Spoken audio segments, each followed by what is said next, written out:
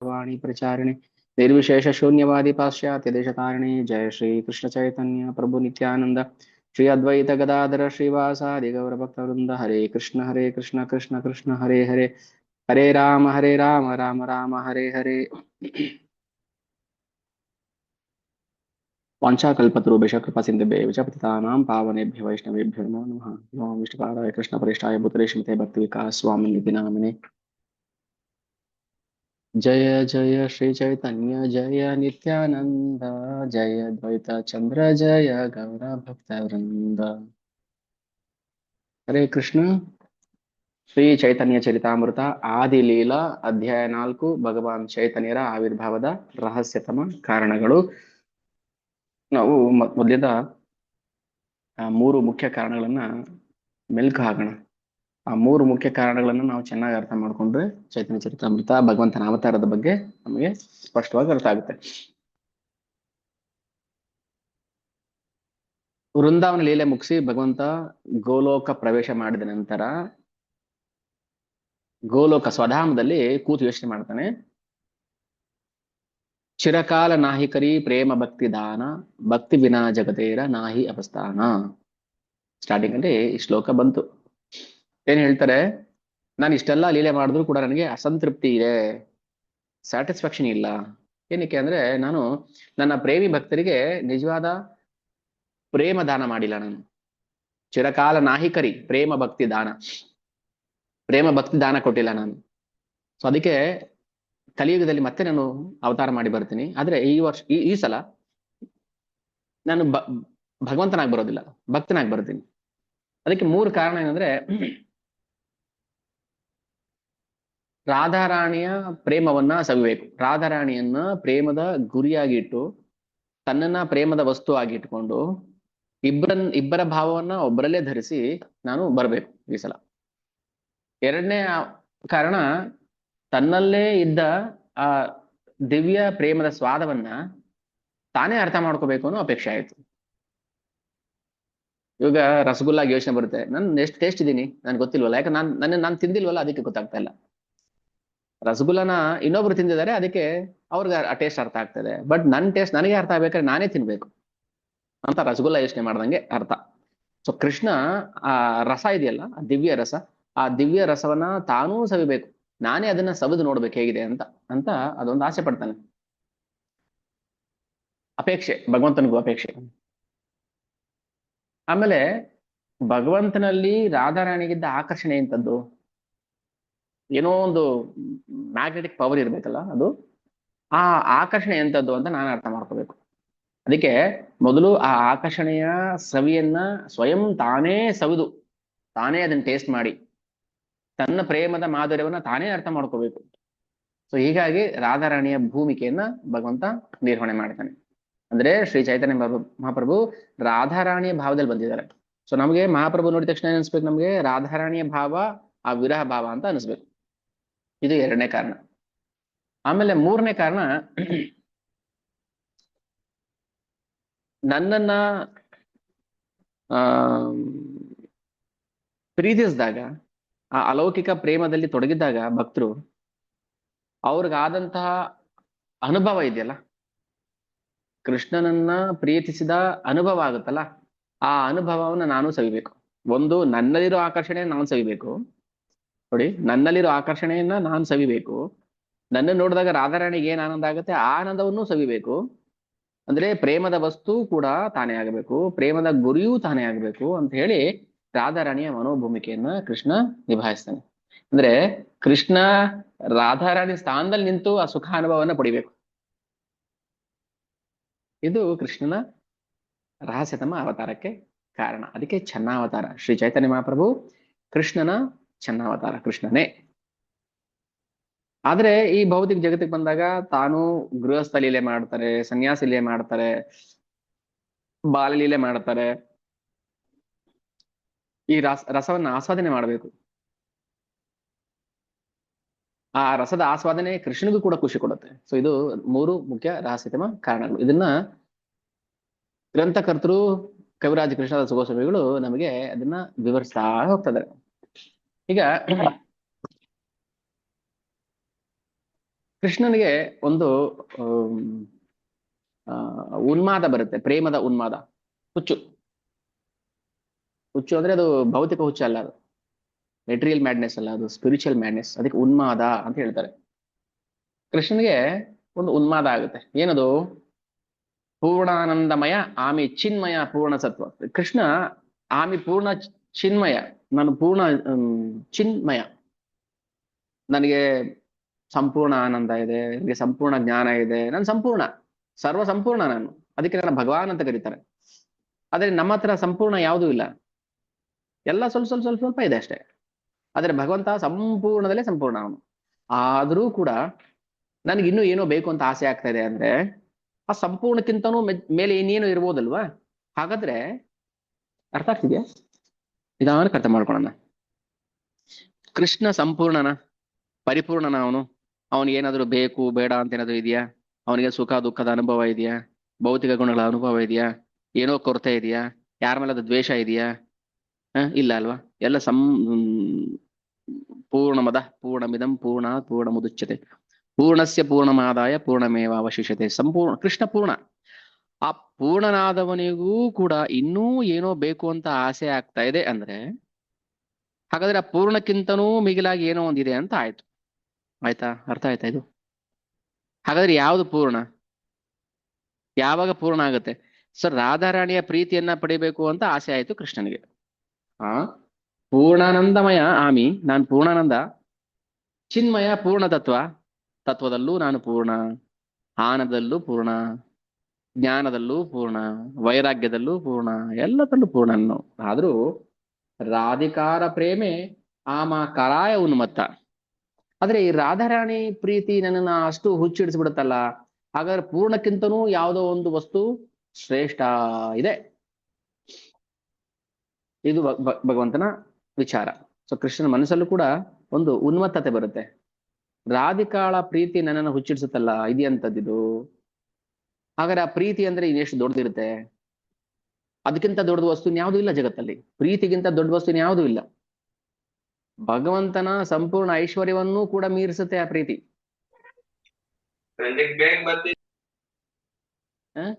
ಇದು ಯಾವ ತರ ಪ್ರೇಮ ಇದು? ಭಗವಂತನಿಗೆ ಆಸೆ ಆಯ್ತು, ಕುತೂಹಲ ಬಂತು ಅವನಿಗೆ. ಇದು ಯಾವ ತರ ಪ್ರೇಮ? ನಾ ಜಾನಿ ರಾಧಾರ ಪ್ರೇಮೆ ಅದೇ ಕದಾಬಲ ನಾ ಜಾನಿ. ನನ್ಗೆ ಗೊತ್ತಾಗ್ತಾ ಇಲ್ಲ ಇದು ಇದೆಂತ ಪ್ರೇಮ ಅಂತ ನನಗೆ ಗೊತ್ತಾಗ್ತಾ ಇಲ್ಲ. ಏ ಬಲೆ ಆಮಾರೆ ಕರೆ ಸರ್ವದಾ ವಿಫಲ. ಆದ್ರೆ ಅದೊಂದು ಚೂರು ಸಿಗ್ತಾ ಇದ್ದಾಗ ನನಗೆ ವಿಫಲ ಆಗುತ್ತೆ. ಅಯ್ಯೋ ಸಿಕ್ಕಿಲ್ವಲ್ಲ ಪ್ರೇಮ, ಸಿಕ್ಕಿಲ್ವಲ್ಲ ಅಂತ ವಿಫಲ ಆಗುತ್ತೆ. ಶ್ರೀಲ ರೂಪ ಗೋಸ್ವಾಮಿ ಹೇಳ್ತಾರೆ,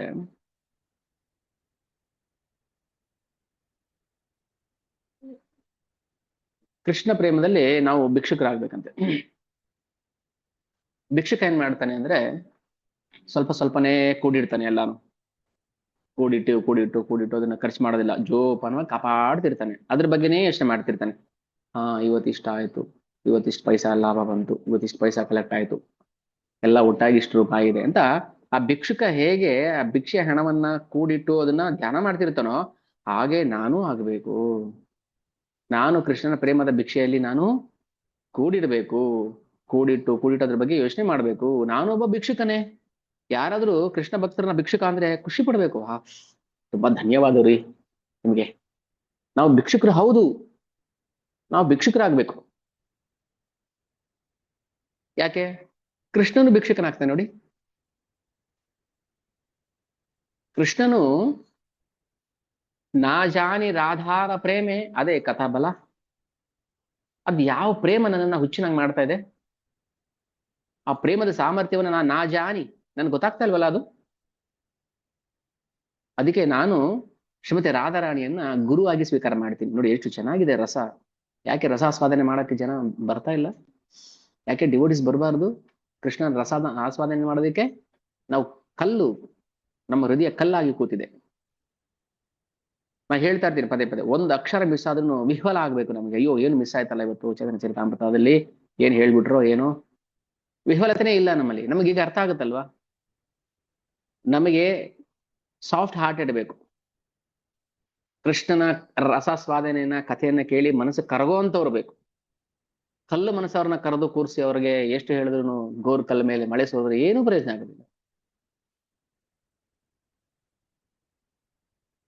ಕೃಷ್ಣನು ಭಿಕ್ಷೆ ಬೇಡ್ತಾ ಇದ್ದಾನೆ, ರಾಧಾರಾಣಿ ನನಗೆ ಭಿಕ್ಷೆ ಕೊಡು, ಯಾಕೋ ನನಗೆ ಸಾಕಾಗ್ತಾ ಇಲ್ಲ. ಅಸಂಖ್ಯಾತ ವೈಕುಂಠ ಲೋಕಗಳಿದೆ ನನ್ನ ಹೆಸರಲ್ಲಿ, ಅಸಂಖ್ಯಾತ ಸಂಪತ್ತಿದೆ ನನ್ನ ಹೆಸರಲ್ಲಿ, ಜನಬಲ ಇದೆ, ಧನಬಲ ಇದೆ, ಎಲ್ಲ ಬಲ ಇದೆ ನನ್ನ ಹತ್ರ. ಆದ್ರೆ ನಾನು ಭಿಕ್ಷೆ ಬೇಡ್ತಾ ಇದ್ದೀನಲ್ಲ ನಿನ್ನ ಪ್ರೀತಿಗೆ, ಅದೆಂಥ ಪ್ರೀತಿ ಅದು ನಿಂದು. ಹಾಗಾಗಿ ನಾನು ನಿನ್ನ ಪ್ರೇಮದ ಗುರು ಅಂತ ಸ್ವೀಕಾರ ಮಾಡ್ತೀನಿ. ಲವ್ ಗುರು. ಕೃಷ್ಣನಿಗೆ ಒಬ್ಬರು ಲವ್ ಗುರು ಇದ್ದಾರೆ, ಯಾರು? ಶ್ರೀಮತಿ ರಾಧಾರಾಣಿ. ನನಗೆ ಹೇಳ್ಕೊಡುವ ಪ್ರೀತಿಯನ್ನ ಅಂತ. ಆಮೆ ಶಿಷ್ಯ ನಟ. ಓ ರಾಧೆ, ನಾನು ನಿನ್ನ ಶಿಷ್ಯ. ಕೃಷ್ಣ ರಾಧಾರಾಣಿ ಮುಂದೆ ಶಿಷ್ಯನಾಗ್ತಾನೆ, ಗೆಳೆಯನಾಗ್ತಾನೆ, ಗಂಡನಾಗ್ತಾನೆ, ಸಖನಾಗ್ತಾನೆ. ರಾಧಾರಾಣಿ ಮಡ್ಲಲ್ಲಿ ಮಲ್ಕೋತಾನೆ, ಕಣ್ಣೀರ್ ಹಾಕ್ತಾನೆ, ಮುತ್ತು ಪೋಣಿಸಿದ ಮುತ್ತು ಬಿದ್ದೋಯ್ತು. ರಾಸಕ್ರೀಡೆ ಆಡ್ಬೇಕಾದ್ರೆ ರಾಧಾರಾಣಿ ಕತ್ತಲಿದ್ದ ಮುತ್ತು ಬಿದ್ದೋಗುತ್ತೆ. ಕೋಪ ಬಂತು ಅವಳಿಗೆ, ಪ್ರಣಯ ಕೋಪ ಬಂತು. ನನ್ ಮುತ್ತನ್ನು ಬೀಳ್ಸ್ಬಿಟ್ಟಿದ್ಯಾ ಕೃಷ್ಣ, ನನಗೆ ಅದನ್ನ ಆಯ್ಕೊಡೋದನ್ನ. ಕೃಷ್ಣ ಮುತ್ತುಗಳನ್ನೆಲ್ಲ ಒಂದೊಂದೇ ಒಂದೊಂದೇ ದಾರದಲ್ಲಿ ಪೋಣಿಸಿ ಪೋಣಿಸಿ ಪೋಣಿಸಿ ರಾಧಾರಾಣಿ ಮುಖ ನೋಡ್ತಾನೆ, ಪೋಣಿಸ್ತಾನೆ, ರಾಧಾರಾಣಿ ಮುಖ ನೋಡ್ತಾನೆ, ಪೋಣಿಸ್ತಾನೆ. ರಾಧಾರಾಣಿ ಕಣ್ಣೀರು ಬರ್ತಾ ಇದೆ, ಇವನು ಕಣ್ಣೀರು ಬರ್ತಾ ಇದೆ. ಒಂದೊಂದು ಕಣ್ಣೀರು ಒಂದೊಂದು ಮುತ್ತ ಮೇಲೆ ಬೀಳ್ತಾ ಬೀಳ್ತಾ ಬೀಳ್ತಾ ಹೇಗೋ ಅದನ್ನ ಕಷ್ಟ ಸಾಧ್ಯ ಮಾಡಿ ಆ ಪೋಣಿಸ್ತಾನೆ ಆಹಾರ. ಹೇಗೆ? ರಾಧಾರಾಣಿ ಪಾದದ ಕೆಳ ಕೂತು ಕೃಷ್ಣ ಮಂಡಿ ಊರ್ಕೊಂಡು ಆ ಮೊತ್ತನ ಪೋಣಿಸಿ ರಾಧಾರಾಣಿಗೆ ಅದನ್ನ ಧರಿಸ್ತಾನೆ. ಯಾಕೆ? ಆಮಿ ನಟ, ಆಮೆ ಶಿಷ್ಯ ನಟ. ರಾಧಿಕಾರ ಪ್ರೇಮ ಗುರು, ಆಮಿ ಶಿಷ್ಯ ನಟ. ಸದಾ ಆಮ ನಾನಾ ನೃತ್ಯ ನಾಚಾಯ ಉದ್ದಟ. ಇದು ಎಷ್ಟು ಮತ್ತು ಬೆರೆಸುತ್ತೆ ಅಂದ್ರೆ, ರಾಧಾರಾಣಿಯ ಪ್ರೇಮ ನನ್ನನ್ನ ಕುಣಿಸುತ್ತೆ. ಸದಾ ಆಮ ನಾನಾ ನೃತ್ಯ, ನಾನಾ ಭಂಗಿಲ್ ನಾನು ಕುಣಿತೀನಿ. ಇದು ಎಂಥ ಪ್ರೇಮ. ಪದ್ಯಾವಲಿಲಿ ಒಂದು ಶ್ಲೋಕ ಬರುತ್ತೆ.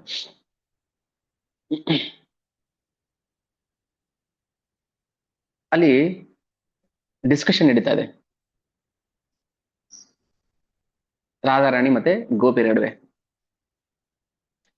ಕಸ್ಮಾದ್ ವೃಂದೆ ಪ್ರಿಯಸಖಿ, ಓ ಪ್ರಿಯಸಖಿ ವೃಂದೆ ಅಂದ್ರೆ ತುಳಸಿ ಮಹಾರಾಣಿ ವೃಂದಾದೇವಿ. ಕಸ್ಮಾತ್, ಎಲ್ಲಿಂದ ಬಂದೆ ನೀನು? ಕಸ್ಮಾತ್, ಎಲ್ಲಿಂದ ಬಂದೆ ನೀನು? ಹರೇ ಪಾದ ಮೂಲಾತ್ ಕುತೇಸೋ. ನೀನು ಹರಿ ಪಾದದ ಮೂಲದಿಂದ ಬಂದಿದ್ಯಾ. ಸಂಭಾಷಣೆ ನಡೀತಾ ಇದೆ. ಆ ಹರಿ ಎಲ್ಲಿದ್ದಾನೆ ಈಗ? ಹರಿ ರಾಧಾಕುಂಡದ ತಡಿಲಿ ನೃತ್ಯ ಮಾಡ್ತಾ ಇದ್ದಾನೆ. ಗೋಪಿಯರು ಮಾತಾಡ್ಕೊಳ್ತಾ ಇದ್ದು, ರಾಧಾರಾಣಿ ಅಲ್ಲ, ಗೋಪಿಯರು ಮಾತಾಡ್ಕೊಳ್ತಾ ಇದ್ದು. ಸೊ ಒಬ್ಬ ಗೋಪಿ ಇನ್ನೊಬ್ಬ ಗೋಪಿನ ಕೇಳ್ತಾನೆ, ಓ ಗೋಪಿ ವೃಂದೆ, ಎಲ್ಲಿಂದ ಬಂದೆ ನೀನು? ನಾನೀಗ ರಾಧಾಕುಂಡದಿಂದ ಬಂದೆ. ಓಹೋ, ಅಲ್ಲಿ ಏನ್ ಮಾಡ್ತಾನೆ ರಾಧಾಕುಂಡದಲ್ಲಿ? ಕೃಷ್ಣ ಏನ್ ಮಾಡ್ತಾನೆ? ನಾಟ್ಯ ಕಲಿತಾ ಇದ್ದಾನೆ. ಕುಂಡಾರಣ್ಯ ಕಿಮಿಹ ಕುರುತೆ ನೃತ್ಯ ಶಿಕ್ಷಾಂ ಗುರುಕ. ಕೃಷ್ಣ ನಾಟ್ಯ ಕಲಿತಾ ಇದ್ದಾನೆ. ಯಾರಿಂದ? ಗುರು ಯಾರು? ಶಿಕ್ಷಾ ಗುರು ಯಾರು? ರಾಧೆ. ರಾಧಾರಾಣಿ ಕೃಷ್ಣನ ಗುರು. ಈಗ ನಾವ್ ಹೇಳ್ತೀವಿ ಕೃಷ್ಣ ಜಗದ್ಗುರು, ಕೃಷ್ಣಂ ಒಂದೇ ಜಗದ್ಗುರು. ಆದ್ರೆ ಕೃಷ್ಣ, ನಾನ್ ಜಗದ್ಗುರು ಅಲ್ಲ, ನೀನು ಜಗದ್ಗುರು, ನೀನು ನನಗೆ ಗುರು. ತಂ ತ್ವನ್ಮೂರ್ತಿ ಪ್ರತಿ ದಿದಿಕ್ಷು ಸ್ಫುರಂತಿ ಶೈಲು ಶಿವ ಭ್ರಮತಿ ಪರಿತೋ ನರ್ತಯಂತಿ ಸ್ವಪಶ್ಚಾತ್. ನರ್ತಯಂತಿ ಸ್ವಪಶ್ಚಾತ್. ನನ್ನನ್ನ ಕುಣಿಸುತ್ತೆ ಆ ಪ್ರೇಮ. ಹೌದು. ಆದ್ರೆ ಹೇಗೆ ಕಲಿಸ್ಕೊಡ್ತಾ ಇಲ್ಲ ರಾಧಾರಾಣಿ ನಾಟ್ಯವನ್ನ? ಸ್ಟೆಪ್ಸ್ ಹಾಕಿ ಹೇಳ್ಕೊಡ್ತಾ ಇಲ್ಲ ಅವಳು. ರಾಧಾರಾಣಿ ನೋಡು, ಇದು ಈ ಸ್ಟೆಪ್ಪು ಈ ಸ್ಟೆಪ್ಪು ಹೀಗೆ ಹೀಗೆ. ರಾಧಾರಾಣಿ ನೋಡ್ತಾ ಇದ್ದಾನೆ, ಕೃಷ್ಣ ತಂತಾನೆ ನೃತ್ಯ ಬರ್ತಾ ಇದೆ. ಅಂದ್ರೆ ರಾಧಾರಾಣಿಯ ಆ ಮೋಹಕ ನೋಟವೇ ಕೃಷ್ಣನನ್ನ ಕುಣಿಸ್ತಾ ಇದೆ. ವೃಂದಾವನದಲ್ಲಿ ಪ್ರತಿಯೊಬ್ಬರ ಗುಣವನ್ನು ವರ್ಣನೆ ಮಾಡ್ತಾರೆ. ಒಬ್ರು ಚೆನ್ನಾಗಿ ಮಾತಾಡ್ತಾರೆ, ಒಬ್ರು ಚೆನ್ನಾಗಿ ಹಾಡ್ತಾರೆ, ಒಬ್ರು ಚೆನ್ನಾಗಿ ನೃತ್ಯ ಮಾಡ್ತಾರೆ, ಒಬ್ರು ಚೆನ್ನಾಗಿ ಬೆಣ್ಣೆ ತೆಗಿತಾರೆ, ಎಲ್ಲ ಆಯ್ತು. ಆದ್ರೆ ರಾಧಾರಾಣಿದ ಒಂದು ಸ್ಪೆಷಲ್ ಕ್ವಾಲಿಟಿ ಇದೆ. ಏನಂದ್ರೆ ಅವಳ ಕಣ್ಸನ್ನೆ. ಕೃಷ್ಣನನ್ನ ತನ್ನ ಕಣ್ಣಿಂದ ಕುಡಿಯುವಂತಹ ಬಗೆ ಇದೆಯಲ್ಲ, ಅದು ಅವಳ ವಿಶೇಷ ಗುಣ ಅಂತ. ಸೊ ರಾಧಾರಾಣಿಯ ಕಣ್ಸನ್ನೆ ಕೃಷ್ಣನನ್ನ ಕುಣಿಸುತ್ತೆ. ಅದಕ್ಕೆ ಹೇಳ್ತಾರೆ, ಕಸ್ಮಾದ್ ವೃಂದೆ ಪ್ರಿಯ ಸಖಿ ಹರೇ ಪಾದ ಮೂಲಾತ್ ಕುತೇಸೋ. ಅಲ್ಲಿ ಏನ್ ಮಾಡ್ತಿದ್ದಾನೆ ಕೃಷ್ಣ? ಅಲ್ಲಿ ನೃತ್ಯ ಕಲಿತಾ ಇದ್ದಾನೆ. ಯಾರಿಂದ ಕಲಿತಾ ಇದ್ದಾನೆ? ರಾಧಾರಾಣಿ ಪ್ರೇಮದ ಗುರು.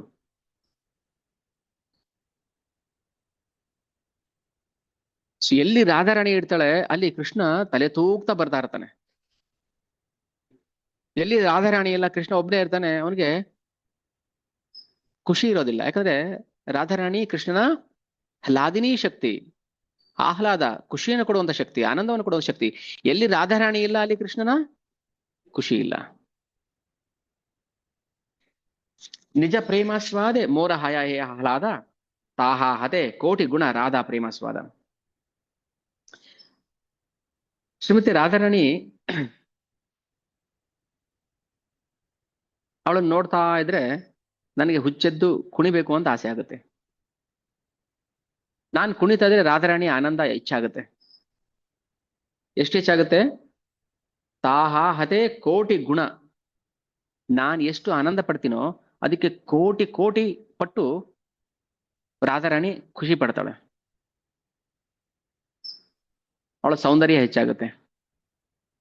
ಸೊ ರಾಧಾರಾಣಿ ಸೌಂದರ್ಯ ಕೋಟಿ ಪಟ್ಟು ಹೆಚ್ಚಾದಾಗ ಕೃಷ್ಣನ ಆನಂದ ಕೋಟಿ ಪಟ್ಟು ಹೆಚ್ಚಾಗುತ್ತೆ. ಕೃಷ್ಣನಿಗೆ ಕೋಟಿ ಪಟ್ಟು ಆನಂದ ಹೆಚ್ಚಾದಾಗ ರಾಧಾರಾಣಿಯ ಸೌಂದರ್ಯ ಇನ್ನೂ ಕೋಟಿ ಪಟ್ಟು ಹೆಚ್ಚಾಗುತ್ತೆ. ಪ್ರೇಮ ಸ್ವಾದ ನಿಜ ನಿಜ ಪ್ರೇಮ ಸ್ವಾದ ಮೋರ ಹಾಯ ಹಾದ. ಸೊ ಕೃಷ್ಣನ ಆನಂದ ಎಲ್ಲಿದೆ? ಭಕ್ತರ ಆನಂದದಲ್ಲಿದೆ, ಭಕ್ತರ ಖುಷಿಯಲ್ಲಿದೆ. ಅವನಿಗೋಸ್ಕರ ಏನು ಮಾಡೋದಿಲ್ಲ. ಅವನು ಸಂಪೂರ್ಣ ಸ್ವತಂತ್ರ, ಸಂಪೂರ್ಣ ಸರ್ವತಂತ್ರ ಸ್ವತಂತ್ರ ಸ್ವರಾಟ್ ಅವನು. ಕೃಷ್ಣ ಸ್ವರಾಟ್ ವಿರಾಟ್ ಎಲ್ಲ ಅವನು. ಅವನಿಗೆ ಯಾವುದು ಬೇಕು ಅನ್ನೋ ಆಸೆ ಇಲ್ಲ. ಆದ್ರೆ ಭಕ್ತರ ಖುಷಿಯಲ್ಲಿ ತನ್ನ ಖುಷಿಯನ್ನು ಕಾಣ್ತಾನೆ. ಭಕ್ತರ ಪ್ರೀತಿಯಲ್ಲಿ ತನ್ನ ಖುಷಿಯನ್ನು ಕಾಣ್ತಾನೆ. ಕೃಷ್ಣನ ಖುಷಿ ಆಯ್ತು ಅಂದಾಗ ಭಕ್ತರಿಗೆ ಇನ್ನೂ ಕೋಟಿ ಪಟ್ಟು ಸೇವೆ ಮಾಡ್ಬೇಕು ಅನ್ನೋ ಆಸೆ ಜಾಸ್ತಿ ಆಗುತ್ತೆ. ಹೀಗೆ ಯಾವಾಗ್ಲೂ ಅಲೌಕಿಕ ಸ್ಪರ್ಧೆ ನಡೀತಾ ಇರುತ್ತೆ. ಕೃಷ್ಣ ಮತ್ತು ಭಕ್ತರ ನಡುವೆ ಅಲೌಕಿಕ ಸ್ಪರ್ಧೆ. ಸೋಲೋದಿಲ್ಲ ಅವರು. ಯಾವ ಕಾರಣಕ್ಕೂ ಕೃಷ್ಣ ಮತ್ತೆ ರಾಧಾರಾಣಿ ಸೋಲೋದಿಲ್ಲ. ಸಾಕು ಸಾಕು ನೀನೇ ಗೆದ್ದೆ, ಇಲ್ಲ ಇಲ್ಲ ನಾನೇ ಒಬ್ಬರನ್ನೊಬ್ರು ಬಿಟ್ಕೊಡೋದಿಲ್ಲ.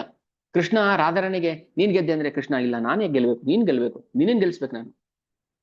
ಸೊ ನಿನ್ನ ಗೆಲ್ಸಕ್ ನಾನೇನ್ ಮಾಡ್ಬೇಕು ಅದನ್ನ ಮಾಡ್ತೀನಿ. ನಿನ್ನ ಖುಷಿ ಕೊಡ್ಬೇಕಾದ್ರೆ ನಾನೇನ್ ಮಾಡ್ಬೇಕು ಅದನ್ನ ಮಾಡ್ತೀನಿ. ಕೃಷ್ಣ ಹೇಳ್ತಾನೆ ಇಲ್ಲ ನಿನ್ನ ಖುಷಿ ಪಡ್ಸಕ್ ನಾನೇನ್ ಮಾಡ್ಬೇಕು ಅದನ್ನ ಮಾಡ್ತೀನಿ. ಸೊ ಅಲೌಕಿಕ ಪೈಪೋಟಿ ಇದೆಯಲ್ಲ, ಇದು ಆ ಸಾಮಾನ್ಯರಿಗೆ ಅರ್ಥ ಆಗದೆ ಇರೋಂಥ ವಿಚಾರ. ನಮಗೆ ಅರ್ಥ ಆಗೋದಿಲ್ಲ ಇದು. ಹೇಗಿರ್ಬೋದು ಊಹೆ ಮಾಡಕ್ ಕೂತ್ಕೋತೀವಿ ನಾವು. ಹೇಗಿರ್ಬೋದು ಕೃಷ್ಣ ಸೌಂದರ್ಯ ಇನ್ನೂ ಹೆಚ್ಚಾಗುತ್ತೆ ಅಂದ್ರೆ, ಕೃಷ್ಣ ಸಂಪೂರ್ಣ ಸೌಂದರ್ಯ, ಅವನು ಸಂಪೂರ್ಣ ಸೌಂದರ್ಯ ಇದೆ ಅವನಿಗೆ. ಆದ್ರೂ ಸೌಂದರ್ಯ ಹೆಚ್ಚಾಗುತ್ತೆ ಅಂದ್ರೆ ಆ ಪ್ರೇಮದ ಮತ್ತು ಆ ಪ್ರೇಮದ ಶಕ್ತಿ, ಆ ಪ್ರೇಮದ ಗಮ್ಮತ್ತು ಹೇಗಿರುತ್ತೆ.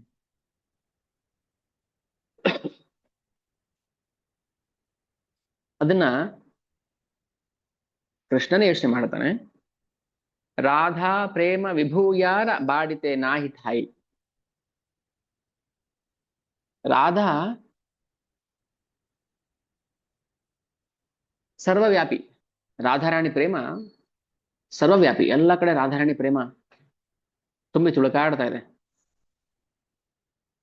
ಫುಲ್ ಒಂದ್ ಬಿಂದಿಗೆ ನೀರು ತುಂಬಿಸೋದು, ಪೂರ್ತಿ ನೀರು ತುಂಬಿಸಿದ್ರೆ ಅಷ್ಟೇ, ಇನ್ ಮತ್ತೆ ತುಂಬ್ಸಕ್ ಆಗೋದಿಲ್ಲ. ಮತ್ತೆ ತುಂಬಿಸೋದು ಚೆಲ್ಲೋಗುತ್ತೆ. ಸೊ ರಾಧಾರಾಣಿ ಪ್ರೇಮ ಹಂಗಲ್ಲ.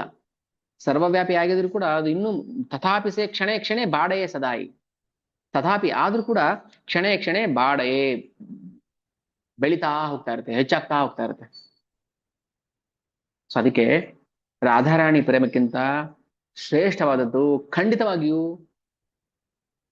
ಭಗವಂತ ಸೃಷ್ಟಿ ಮಾಡಿಲ್ಲ. ಪ್ರೇಮಕ್ಕಿಂತ ದೊಡ್ಡದಾದ ವಸ್ತುವನ್ನ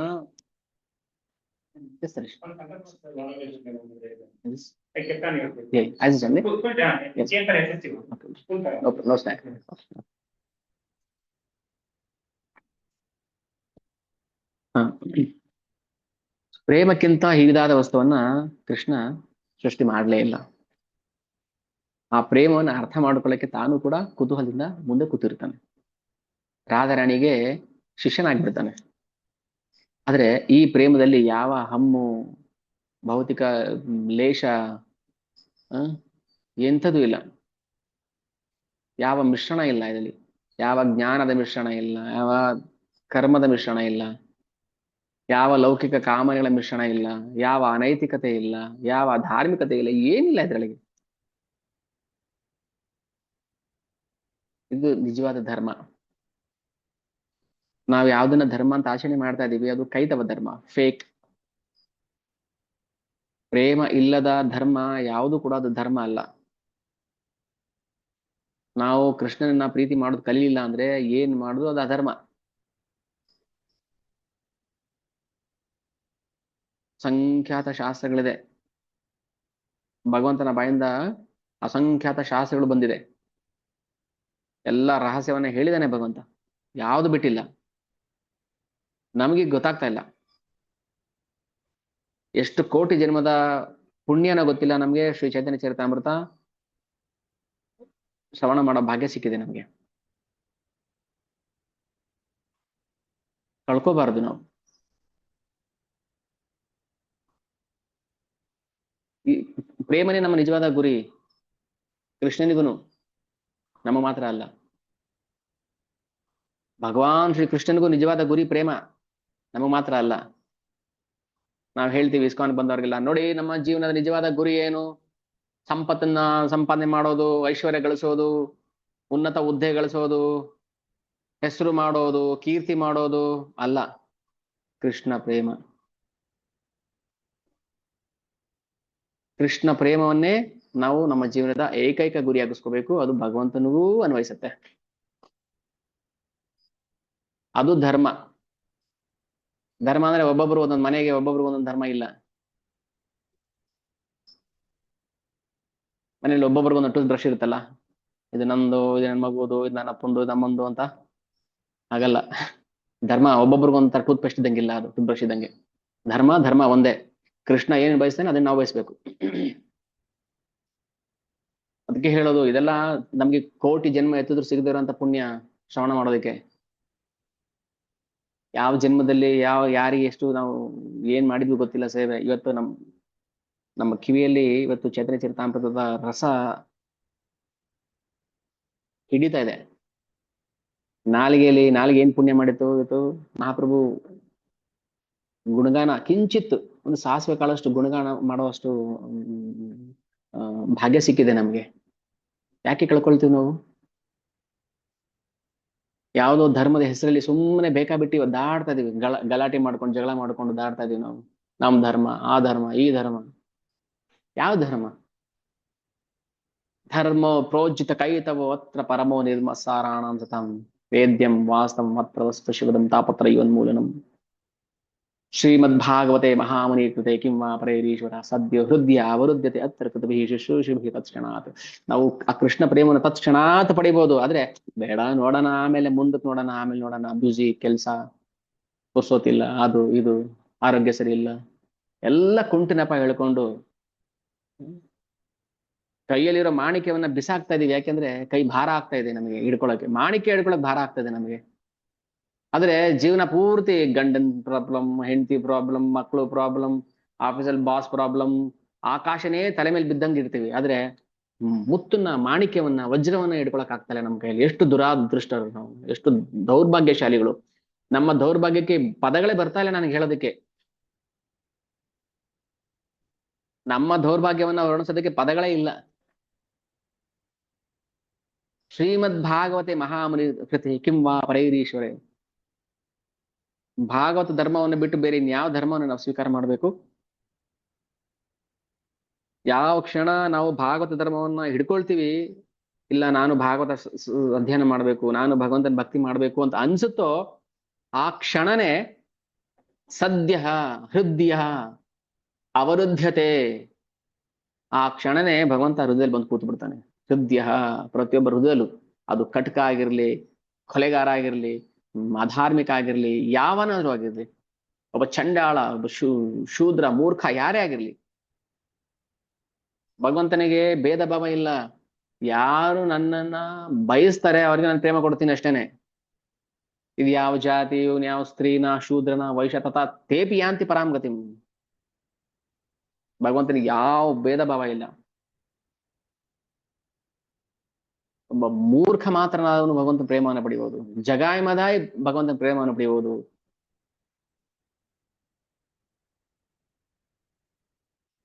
ಯಾಹ ಹೈತೆ ಸುನಿರ್ಮಲ ದ್ವಿತೀಯ ನಾಹಿಹಾರ. ಈ ಸುನಿರ್ಮಲವಾದ ಪ್ರೇಮಕ್ಕಿಂತ ಎರಡನೇದು ಇನ್ಯಾವುದೂ ಇಲ್ಲ ಅಂತ ಹೇಳ್ತಾನೆ ಕೃಷ್ಣ. ಸುನಿರ್ಮಲವಾದ ಪ್ರೇಮ ಇದು, ಬರೀ ನಿರ್ಮಲ ಅಲ್ಲ, ಸುನಿರ್ಮಲ, ತುಂಬಾ purest form of love. Glaciers ಅಲ್ಲಿ ಇರುತ್ತೆ ನೋಡಿ ನೀರು, ಎಷ್ಟು ಪ್ಯೂರ್ ಆಗಿರುತ್ತೆ ಅದು. ನಮ್ಮ ನಮ್ಮ ಪ್ರೇಮ ಮೋರಿ, ಅದ್ರಲ್ಲಿ ನೀರು ಇರುತ್ತೆ, ಆದ್ರೆ ಗಲೀಜ್ ನೀರಿರುತ್ತೆ, ಗಲೀಜಾಗ್ಬಿಟ್ಟಿದೆ ಅದು. ಯಾಹ ಹೈತೆ ಸುನಿರ್ಮಲ ದ್ವಿತೀಯ ನಾಹಿ ಆರ. ಆ ಪ್ರೇಮಕ್ಕಿಂತ ಎರಡನೇ ಪ್ರೇಮ ಇಲ್ಲ. ಯಾವ್ದ್ಯಾವ್ದನ್ನೋ ಯಾವ್ಯಾವ್ದನ್ನೋ, ಹ್ಮ್, ಏನೇನೋ ಪ್ರೇಮ ಪ್ರೇಮ ಅದು ಪ್ರೇಮ ಅಲ್ಲ, ಅದು ಪ್ರೇಮದಲ್ಲಿರುವಂತಹ ಗಲೀಜು ಕಲ್ಮಶ. ತಥಾಪಿ ಸರ್ವದಾ ವಾಮ್ಯ ವಕ್ರ ವ್ಯವಹಾರ. ಆ ಪ್ರೇಮ ನೋಡಿ, ರಾಧಾರಾಣಿ ಪ್ರೇಮ ಅದು ನೇರವಾಗಿರೋದಿಲ್ಲ, ಅದು ಯಾರಿಗೂ ಅರ್ಥ ಆಗೋದಿಲ್ಲ, ಅದು ವಕ್ರವಾಗಿರುತ್ತೆ. ಅಂದ್ರೆ ಭೌತಿಕ ವಕ್ರತೆ ಅಲ್ಲ ಅದು, ಕೇವಲ ರಾಧಾರಾಣಿಯ ಕಣ್ಸನ್ನೇ ಕೃಷ್ಣನ ಮೋಹಗೊಳಿಸ್ಬಿಡುತ್ತೆ. ಅವಳು ನೋಡುವಂತ ಅದೇನು ನೇರವಾಗಿ ನೋಡೋದಲ್ಲ, ಅದು ಕ್ರಿಕೆಟ್ ಸೈಡ್ ಲಾಂಗ್ ಗ್ಲಾನ್ಸ್, ಸುಮ್ನೆ ಅಂದ್ರೆ ಕ್ರಿಕೆಟ್ ಗ್ಲಾನ್ಸ್ ಅದು. ಅಂಥ ನಿರ್ಮಲವಾದ ಪ್ರೇಮಕ್ಕೆ ಬೇರೆ ಇನ್ನೊಂದು ಸಾಟಿ ಇಲ್ಲ. ಅದಕ್ಕೆ ಪ್ರೇಮಕ್ಕೆ ಪ್ರೇಮನೇ ಸಾಟಿ. ಅದನ್ನೇ ಬಯಸ್ಬೇಕು ನಾವು.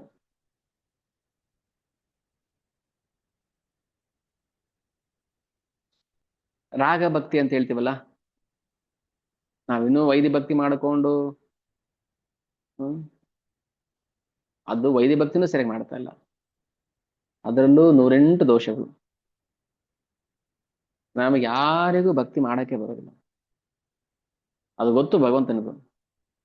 ಈ ಕಲಿಯುಗ ಜನಗಳಿಗೆ, ಮೂಢಮತಿಗಳಿಗೆ, ಭಜಗೋವಿಂದಂ ಭಜಗೋವಿಂದಂ, ಏ ಮೂಢಮತಿಗಳೇ ಭಜಗೋವಿಂದಂ. ನಾವೇನು ದೊಡ್ಡ ಸ್ಕಾಲರ್ಸ್ ಅಲ್ಲ ನಾವು.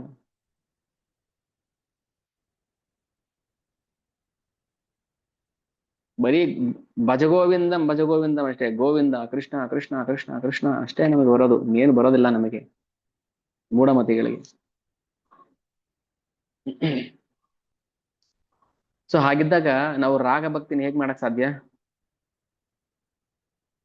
ಆದರೆ ಕೃಷ್ಣನಿಗೆ ಇಷ್ಟ ಆಗದೆ ರಾಗ ಭಕ್ತಿ. ಹಾಗಾದ್ರೆ ಎಷ್ಟು ಜನ ಕೃಷ್ಣನ್ಗೆ ಪ್ರಿಯರಾಗಿದ್ದಾರೆ? ಭಗವಂತನಿಗೆ ಯಾರು ಪ್ರಿಯರು ಈಗ? ಏ ಭಜಂತಿ ತು ಮಾಂ ಭಕ್ತ್ಯ ಮಯಿ ತೇ ತೇಷು ಚಾಪಿಹಂ. ಏ ಭಜಂತಿ ಏ ಭಜಂತಿ ತು ಮಾಂ, ಯಾರು ನನ್ನನ್ನು ಆರಾಧನೆ ಮಾಡ್ತಾರೋ, ಯಾರು ನನ್ನ ಗುಣಗಾನ ಮಾಡ್ತಾರೋ, ಯಾರು ನನ್ನ ಬಗ್ಗೆ ಮಾತಾಡ್ತಾರೋ, ಯಾರು ನನ್ನ ಬಗ್ಗೆ ಪ್ರಚಾರ ಮಾಡ್ತಾರೋ, ಯಾರು ನನ್ನ ಸೇವೆ ಮಾಡ್ತಾರೋ, ಯಾರು ನನ್ನ ಪ್ರೀತಿ ಮಾಡ್ತಾರೋ, ಏ ಭಜಂತಿ ತು ಮಾಂ ಭಕ್ತ್ಯ, ಭಕ್ತಿಯಿಂದ ಮಾಡ್ಬೇಕು. ಸುಮ್ಮನೆ ದೇವ್ರ ದೊಡ್ಡವನ್ ದೇವ್ರ ದೊಡ್ಡವನ್ ದೇವ್ರ ದೊಡ್ಡವನ್ ಅಂತ ಗಂಟೆ ಹೊಡೆದಂಗೆ ದೇವ್ರ ದೊಡ್ಡವನ್ ದೇವ್ರ ದೊಡ್ಡವನ್ ಅಂತ ಇದ್ರೆ, ದೇವ್ರ ದೊಡ್ಡವನು ಅನ್ನೋದು ಬೇಕಾಗಿಲ್ಲಲ್ಲ ಅವನಿಗೆ. ಚೈತನ್ಯ ಚರಿತಾಮೃತ ಹೇಳುತ್ತೆ, ಯಾರಾದ್ರೂ ನನ್ನ ದೊಡ್ಡವನು ಅಂದ್ರೆ ನನ್ಗೆ ಅದು ಇಷ್ಟ ಆಗೋದಿಲ್ಲ ಅಂತ. ಮತ್ತೆ ದೇವ್ರ ದೊಡ್ಡವನದು ಇಷ್ಟ ಆಗ್ಬಿಡ್ತಾನ ಭಗವಂತನಿಗೆ? ಆ ಭಕ್ತ ಇಷ್ಟ ಆಗ್ಬಿಡ್ತಾನ? ದೇವ್ರ ದೊಡ್ಡವನೋ ಭಾವ ಅಲ್ಲ ಬೇಕಾಗಿರೋದು ನಮಗೆ, ಅವನ ಪ್ರೀತಿ ಮಾಡ್ಬೇಕು ಅಷ್ಟೇ. ದೊಡ್ಡವನೋ ಚಿಕ್ಕವನು, ಯಾಕೆ ನಿಮ್ಮ ಮಕ್ಳನ್ನ ಪ್ರೀತಿ ಮಾಡಲ್ವಾ ನೀವು? ನಿಮ್ಗಿಂತ ದೊಡ್ಡವರು ಅಂತ ಪ್ರೀತಿ ಮಾಡ್ತೀರಾ? ಮನೇಲಿ ಪಮ್ಮಿ, ಹ, ಅಮ್ಮಿ ಇಮ್ಮ ಇದ್ರಲ್ಲ, ನಾವು ಪ್ರೀತಿ ಮಾಡೋದಿಲ್ವಾ? ಮನೇಲಿ ನಾಯಿ ತಂದ್ಬಿಟ್ಟು, ಯಾವ್ದೋ ಒಂದ್ ನಾಯಿ ತಂದ್ಬಿಟ್ಟು ಅದನ್ನ ಪಮ್ಮಿ ಅಂತ ಹೆಸರಿಟ್ಬಿಟ್ಟು ಅದನ್ನ ಪ್ರೀತಿ ಮಾಡೋದಿಲ್ವಾ? ನಿಮ್ಮಿಂದ ದೊಡ್ಡದ ಅದು ನಾಯಿ? ಹಾಗಾದ್ರೆ ದೊಡ್ಡದು ಅನ್ನೋದು ಬಿಟ್ಬಿಡ್ಬೇಕು. ಭಗವಂತ ಅದನ್ನೇ ಹೇಳ್ತಾ ಇರೋದು. ಭಗವಂತ ಹೇಳಿರೋ ಮಾತು ಹೇಳ್ತಾ ಇರೋದು ಅಷ್ಟೇ. ನನಗಿಂತ ಯಾರಾದ್ರೂ ದೊಡ್ಡವರು ಅಂತ ಭಾವಿಸ್ಬಿಟ್ರೆ ಆ ಪ್ರೇಮಕ್ಕೆ ನಾನು ವಶನಾಗುವುದಿಲ್ಲ. ಬದಲಾಗಿ ಮೋರ ಪುತ್ರ ಮೋರ ಸಖ ಮೋರ ಪ್ರಾಣಪತಿ ಯೈ ಭಾವೇ ಸೈ, ಈ ಭಾವದಲ್ಲಿ ಯಾರಾದ್ರೂ ನನ್ನನ್ನ ಪ್ರೀತಿ ಮಾಡಿದ್ರೆ ಆ ಪ್ರೀತಿಗೆ ನಾನು ವಶನಾಗಿ ಬಿಡುವನಪ್ಪ, ವಶನಾಗಿ ಬಿಡ್ತೀನಿ ನಾನು. ಇವಾಗ ಏನ್ ಅರ್ಥ ಮಾಡ್ಕೋಬೇಕು ನಾವು? ದೇವ್ರ ದೊಡ್ಡವನು, ಆ ದೇವ್ರ ದೊಡ್ಡವನು ನೀವೇನ್ ಹೇಳ್ಬೇಕಾ? ಅದು ನೀವು ಹೇಳಿದ್ರೆ ಮಾತ್ರ ದೊಡ್ಡವನಾಗ್ಬಿಡ್ತಾನೆ, ಇಲ್ಲಂದಿಲ್ವಾ? ಹ್ಮ್, ಅವನದ್ ಬೇಕೋ ಆಗಿಲ್ಲ. ಅವನಿಗೆ ನಾವು ಕೊಡೋ ಗೌರವ ಏನ್? ನಾವು ಅವನಿಗೆ ಕೊಡೋ ಗೌರವ ಕೊಡಕ್ಕೆ ಏನು ನಾವು ದೊಡ್ಡವರು ಅವನಿಗೆ ಅಂತಾನು? ಯಾರಿಂದ ಗೌರವ ಸ್ವೀಕಾರ ಮಾಡ್ಬೇಕು ಭಗವಂತ? ಗೌರವ ಯಾರಿಂದ ಸ್ವೀಕಾರ ಮಾಡೋ ಅವಶ್ಯಕತೆ ಇಲ್ಲ ಅವನಿಗೆ, ಬರೀ ಪ್ರೇಮ ಮಾತ್ರ ಸ್ವೀಕಾರ ಮಾಡ್ಬೇಕು ಅವನಷ್ಟೇ. ಅದಕ್ಕೆ ಇಲ್ಲಿ ಹೇಳ್ತಾ ಇರೋದು ಯಾಹ ಆಯತೆ ಸುನಿರ್ಮಲ ದ್ವಿತೀಯ ನಾಹಿಯಾರ. ಪ್ರೇಮಕ್ಕಿಂತನೂ ಇನ್ನೊಂದು ದೊಡ್ಡ ವಸ್ತು ಇಲ್ಲ.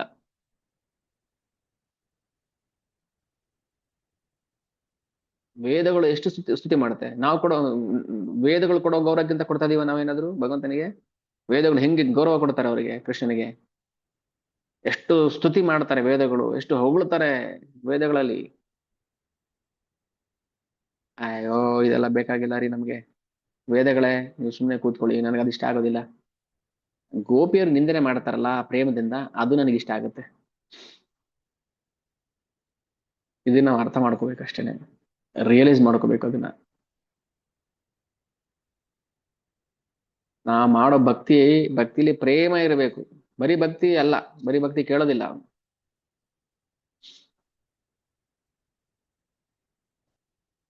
ಭಕ್ತಿ ರಾಕ್ಷಸರು ಮಾಡ್ತಾರೆ, ತಮೋಗುಣದವ್ರು ಭಕ್ತಿ ಮಾಡ್ತಾರೆ, ರಜೋಗುಣದವ್ರು ಭಕ್ತಿ ಮಾಡ್ತಾರೆ, ಸತ್ವಗುಣದವರು ಭಕ್ತಿ ಮಾಡ್ತಾರೆ. ಆ ಭಕ್ತಿಗೆ ಭಗವಂತ ಹೋಲಿಯೋದಿಲ್ಲ.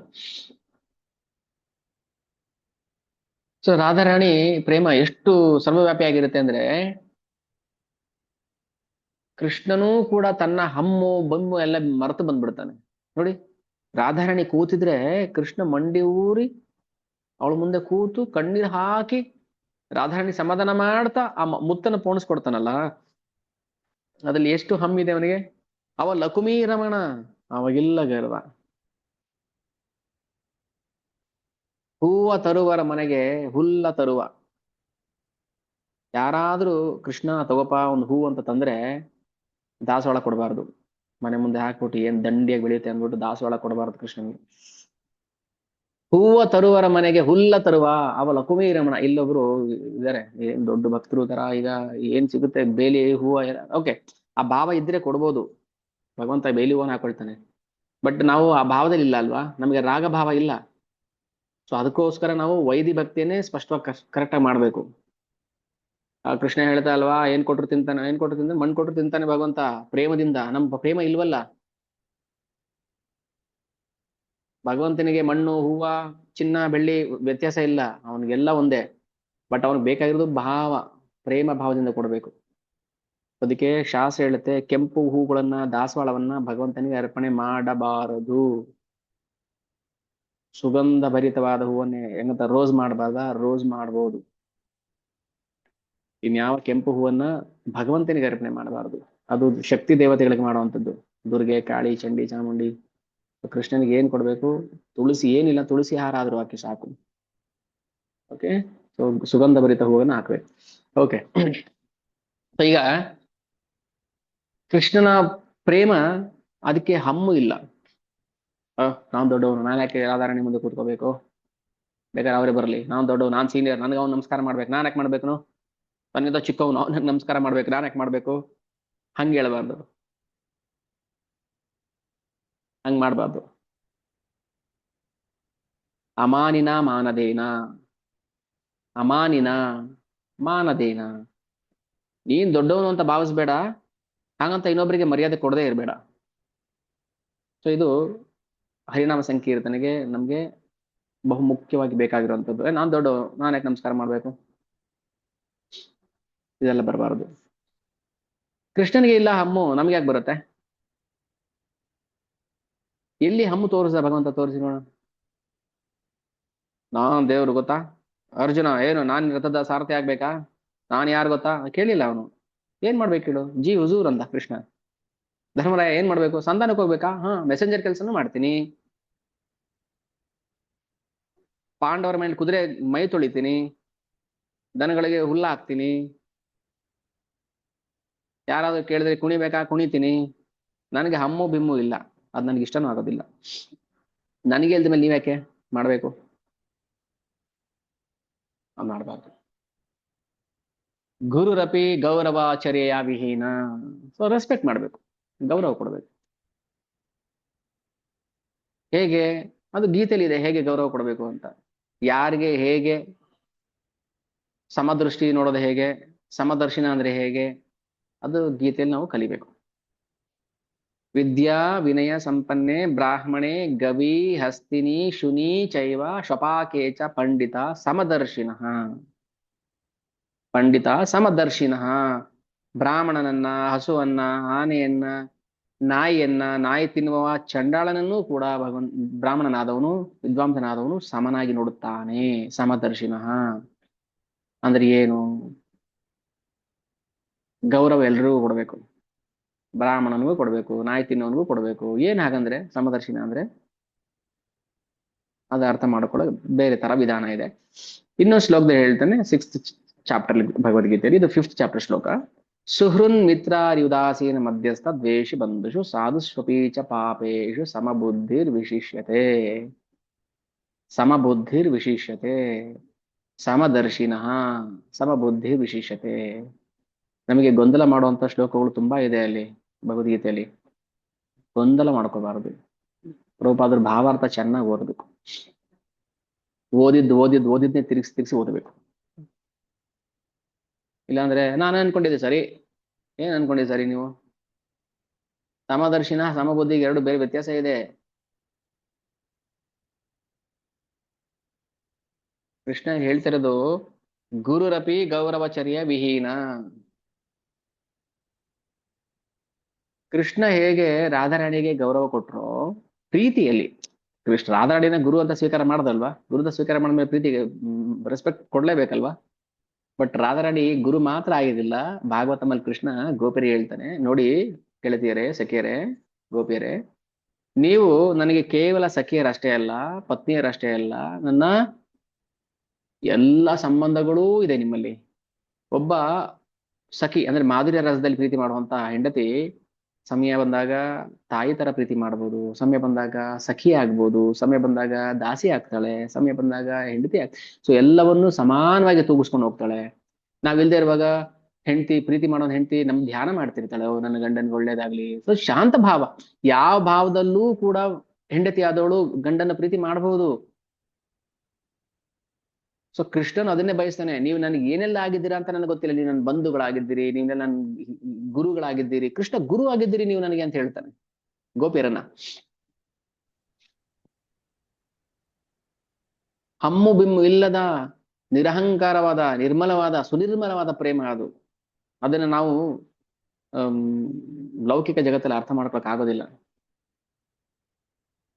ಸೊ ಅಂತ ಪರಿಶುದ್ಧವಾದ ಪ್ರೇಮ ಭಕ್ತ ಮತ್ತೆ ಭಗವಂತ ನಡುವೆ. ಅಲ್ಲಿ ಸಂಬಂಧನೇ ಇಲ್ಲ ಅಂದ್ರೆ ಪ್ರೇಮಕ್ಕೆ ಆಸ್ಪದನೆ ಇಲ್ಲ. ಭಗವಂತನ ದೃಷ್ಟಿಯಲ್ಲಿ ರಾಧಾರಾಣಿ ಪ್ರೇಮದ ಪರಂಧಾಮ, ಪರಮಧಾಮ ಅವಳು. ನಾನೇನಿದ್ರು ಆ ಪ್ರೇಮದ ವಸ್ತು ಅಷ್ಟೇ. ಕೃಷ್ಣ ಪ್ರೇಮದ ವಸ್ತು, ಆದ್ರೆ ಪ್ರೇಮದ ಗುರಿ ರಾಧಾರಾಣಿ. ಈಗ ಪೆನ್ನು ಒಂದು ಉದಾಹರಣೆಗೆ, ಅದು ಒಂದು ವಸ್ತು. ಅದ್ರ ಗುರಿ ಏನು? ಅದರಿಂದ ನಾನು ಎಕ್ಸಾಮ್ ಬರಿಬೇಕು, ಅದರಿಂದ ನಾನು ಕವನ ಬರಿಬೇಕು, ಅದರಿಂದ ನಾನು ಭಗವದ್ಗೀತೆ ಬರಿಬೇಕು. ನೋಡಿ ಗುರಿ ಎಷ್ಟಿದೆ. ಅದೊಂದು ವಸ್ತು. ಕೃಷ್ಣ ಒಂದು ವಸ್ತು, ಪ್ರೇಮದ ವಸ್ತು. ಬಟ್ ಪ್ರೇಮದ ಗುರಿ ಶ್ರೀಮತಿ ರಾಧಾರಾಣಿ. ಯಾರು ಹೈಯೆಸ್ಟ್ ಇದರಲ್ಲಿ? ಶ್ರೇಷ್ಠ ಯಾರು? ಈಗ 10 ರೂಪಾಯಿ ಕೊಟ್ಟು ಪೆನ್ ತಗೊಂಡೆ, ಇಟ್ಕೊಂಡ್ಬಿಟ್ಟೆ, ಓಕೆ ವಸ್ತು. ಬಟ್ ಅದ್ರದ್ದು ಗುರಿನೇ, ನನ್ನ ಉದ್ದೇಶನೇ ನನಗೆ ಫುಲ್ಫಿಲ್ ಆಗಿಲ್ಲ ಅಂದ್ರೆ ಮತ್ತೆ ಅದು 1000 ರೂಪಾಯಿ ಪೆನ್ ಆಗಿರ್ಲಿ, ಲಕ್ಷ ರೂಪಾಯಿ ಪೆನ್ ಆಗಿರ್ಲಿ, ಏನ್ ಸಂಬಂಧ? ಏನು ಅಗತ್ಯ ಇದೆ? ಏನ್ ಯೂಸ್? ನಮ್ಮಲ್ಲಿ ಎಷ್ಟೇ ವಸ್ತುಗಳಿರ್ಬೋದು, ಆ ವಸ್ತುವಿನ ಗುರಿ ಉದ್ದೇಶನೇ ಈಡೇರ್ಲಿಲ್ಲ ಅಂದ್ರೆ ಮತ್ತೆ ವಸ್ತು ಇಟ್ಕೊಂಡು ಏನ್ ಪ್ರಯೋಜನ ಆಯ್ತು? ಕೃಷ್ಣ ಹೇಳ್ತಾ ಇರೋದು ನಾನು ಕೇವಲ ಪ್ರೇಮದ ವಸ್ತು, ಆದ್ರೆ ಪ್ರೇಮದ ಗುರಿ ಶ್ರೀಮತಿ ರಾಧಾರಾಣಿ.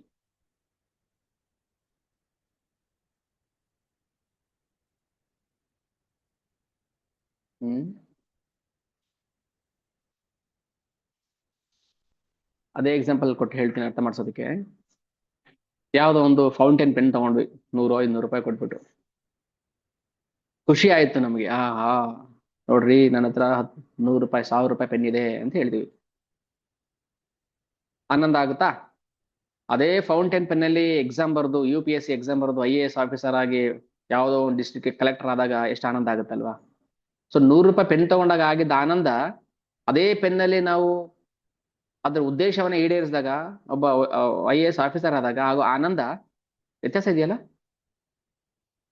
ಇಲ್ವಾ? ವ್ಯತ್ಯಾಸ ಏನು ಇಲ್ವಾ? ಸೊ ಪ್ರೇಮದ ವಸ್ತು ವಿನ ಮೂಲಕ ಪ್ರೇಮದ ಗುರಿಯನ್ನ ಸಾಧಿಸಿದಾಗ ಆಗುವಂತ ಆನಂದ ಅದು ಕೃಷ್ಣನಿಗೂ ಕೂಡ ಲೆಕ್ಕ ಹಾಕಕ್ಕಾಗೋದಿಲ್ಲ. ಏನ್ ಅರ್ಥ ಆಗ್ತಾ ಇದೆಯೋ, ಎಷ್ಟು ಅರ್ಥ ಆಗ್ತಾ ಇದೆಯೋ ಅಷ್ಟನ್ನಾದ್ರೂ ಕರೆಕ್ಟ್ ಆಗಿ ಅರ್ಥ ಮಾಡ್ಕೊಳ್ಳಿ. ಇದು ನನ್ನ ವಿನಮ್ರ ಪ್ರಾರ್ಥನೆ. ಆದ್ರೆ ಒಂದು ಲವಲೇಶನು ಅಪಾರ್ಥ ಮಾತ್ರ ಮಾಡ್ಕೋಬಾರ್ದು. ಇದು ನಮ್ಮ ಆಜ್ಞೆ. ನಿಮ್ಗೆ ಅರ್ಥ ಆಗಿಲ್ಲ ಆದ್ರೂ ಪರವಾಗಿಲ್ಲ, ಸ್ವಲ್ಪ ಸ್ವಲ್ಪ ಅರ್ಥ ಆದ್ರೂ ಪರವಾಗಿಲ್ಲ, ಅಪಾರ್ಥ ಮಾತ್ರ ಮಾಡ್ಕೋಬಾರ್ದು. ಇಲ್ಲ ನಾನು ಈ ಚಾಪ್ಟರ್ಗಳಿಗೆ ಏನು ಹೇಳೋದಿಲ್ಲ, ಸುಮ್ಮನೆ ನೇರವಾಗಿ ಏನು ಹೇಳಬೇಕು ಫಿಲಾಸಫಿ ಅದ್ರ ಹೇಳ್ಕೊಂಡು ಹೋಗ್ಬಿಡ್ತೀವಿ. ರಸ ಬರಬೇಕು ಒಳಗಡೆ, ಹಿಂಡಬೇಕು. ಇವಾಗ ಹೃದಯವನ್ನ ಹಿಂಡಿ ಅದ್ರಲ್ಲಿರೋ ಕಲ್ಮಶವನ್ನ ತೆಗೆದು ಜೇನುತುಪ್ಪ ಹಿಂಡ್ತಾರಲ್ಲ ನೋಡ, ಆ ಜೇನುತುಪ್ಪ ಹಿಂಡಿದಾಗ ಆ ರಸ ಹಾಗೆ ಜಿನುಗುತ್ತಲ್ವಾ, ಸೊ ಹಾಗೆ ಪ್ರೇಮದ ರಸ ಜಿನುಗಬೇಕು. ಎಂಥ ಕಟುಕನು ಕೂಡ ನಾನ್ ಭಗವಂತನ ಸೇವೆ ಮಾಡದೆ ಬದುಕಿರೋದಿಲ್ಲ ನಾನು ಇವತ್ತು ಅಂತ ಅನ್ನಿಸ್ಬೇಕು. ಒಂದು ದಿನ ಭಗವಂತನ ಸೇವೆ ಮಾಡಿಲ್ಲ ಅಂದ್ರೆ ಇವತ್ತು ನಾವು ಊಟ ಮಾಡಬಾರ್ದು, ನಾವು ನಿದ್ದೆ ಮಾಡಬಾರ್ದು.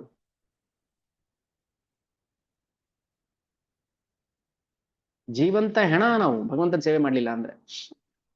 ಒಂದು ಕಿಂಚಿತ್ತು ಒಂದು ಕವಡೆ ಕಾಸಷ್ಟು ನಾವು ಭಗವಂತನ ಸೇವೆ ಮಾಡದೆ ಮಲಗಬಾರ್ದು. ಸುಖದ ಸುಪ್ಪತ್ತಿಗೆಯಲ್ಲಿ ಇಲ್ಲಾಂದ್ರೆ ಹೆಣನ ಮಲಗಿಸ್ದಂಗ ಅಷ್ಟೇ ಹಾಸಿಗೆ ಮೇಲೆ. ಆತರ ಆ ರಸವನ್ನ ನಾವು ಆಸ್ವಾದನೆ ಮಾಡಕ್ ಆಗ್ತಾ ಇಲ್ಲ ಅಂದ್ರೆ ಮತ್ತೆ ಏನು ದೋಷ ಇದೆ ನಮ್ಮಲ್ಲಿ? ಹಾಗಾದ್ರೆ ಕೃಷ್ಣ ತನ್ನನ್ನ ತಾನು ಪ್ರೇಮದ ವಸ್ತುವಾಗಿ ಇರಿಸಿಕೊಂಡ, ಶ್ರೀಮತಿ ರಾಧಾರಾಣಿಯನ್ನ ಪ್ರೇಮದ ಗುರಿಯನ್ನಾಗಿ ಇರಿಸ್ದ, ರಾಧಾರಾಣಿಯನ್ನ ಅಟ್ಟದ ಮೇಲೆ ಕೂರಿಸ್ದ, ತಾನು ಕೆಳ ಕೂತ. ನಾನು ಕೂಡ ಆ ಪ್ರೇಮವನ್ನು ಸವಿಬೇಕು. ನಾನಷ್ಟೇ ಇಲ್ಲ, ನಾವೆಲ್ಲರೂ ಕೂಡ ಸವಿಬೇಕು ಆ ಪ್ರೇಮದ ರುಚಿಯನ್ನ ಆಸ್ವಾದನೆ ಮಾಡ್ಬೇಕು. ವಿಷಯ ಜಾತಿಯ ಸುಖ ಆಮಾರ ಆಸ್ವಾದ ಆಮಹೈತೆ ಕೋಟಿ ಗುಣ ಆಶ್ರಯರ ಆಹ್ಲಾದ. ಅಂದ್ರೆ ಆ ಪ್ರೇಮದ ಧಾಮ, ಪ್ರೇಮದ ಗುರಿ ಇದೆಯಲ್ಲ ಶ್ರೀಮತಿ ರಾಧಾರಾಣಿ, ಆ ರಾಧಾರಾಣಿ ಅನುಭವಿಸುವಂತಹ ಆನಂದವನ್ನ ತಾನು ಅನುಭವಿಸಬೇಕು. ಆದ್ರೆ ನಾನು ಎಷ್ಟೇ ಪ್ರಯತ್ನ ಪಟ್ರು ಅದನ್ನ ಸವೇದಿಕ ಆಗ್ತಾ ಇಲ್ವಲ್ಲ. ಇದು ಎಂಥ ಈ ಕೃಷ್ಣನ ಆಸೆ ನೋಡಿ ಎಂತದ್ದು. ಹೆಂಗೆ ಅಂದ್ರೆ ಈಗ ನಾವೇ ಒಂದು ವಸ್ತುವನ್ನ ಅಟ್ಟದ ಮೇಲೆ ಇಟ್ಬಿಟ್ಟು ನಾವೇ ತಗೊಂಡೋಗಿ ಅಲ್ಲಿ ಇಟ್ಬಿಡ್ತೀವಿ ಅಟ್ಟದ ಮೇಲೆ. ಆಮೇಲೆ ಕೆಳಗಿಂದ ನಾವು ಜಂಪ್ ಮಾಡ್ತಾ ಇರ್ತೀವಿ, ಸಿಗ್ತಾ ಇಲ್ಲ ಸಿಗ್ತಾ ಇಲ್ಲ, ಕೈಗೆ ಸಿಗ್ತಾ ಇಲ್ಲ, ತುಂಬಾ ದೂರದಲ್ಲಿದೆ ಅಂತ. ಆಟ, ಭಗವಂತನ ಲೀಲೆ. ತಾನೇ ತನ್ನ ಶಕ್ತಿ, ಅಂತರಂಗ ಶಕ್ತಿಯನ್ನೇ ರಾಧಾರಾಣಿ ರೂಪದಲ್ಲಿ ಪ್ರೇಮದ ಗುರಿಯನ್ನಾಗಿ ಇಟ್ಬಿಟ್ಟು ಕೃಷ್ಣ ಹೇಳ್ತಾನೆ, ನನಗೆ ಆ ಪ್ರೇಮದ ಗುರಿ ಸಿಗ್ತಾ ಇಲ್ವಲ್ಲ, ನಾನು ಪ್ರಯತ್ನ ಪಟ್ರು ಅಂತ ಹೇಳ್ತಿದ್ದಾನಲ್ಲ. ಇದು ಎಂಥ ಲೀಲೆ ಇದು?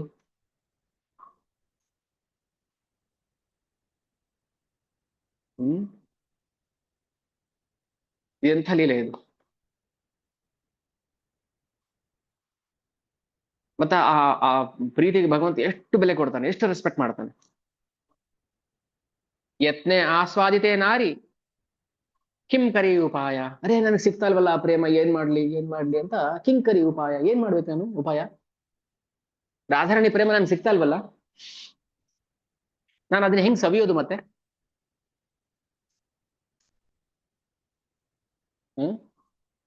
ಯಾವತ್ತಾದ್ರೂ ಒಂದಿನ ನೋಡಿ, ಗೋಪ್ಯರು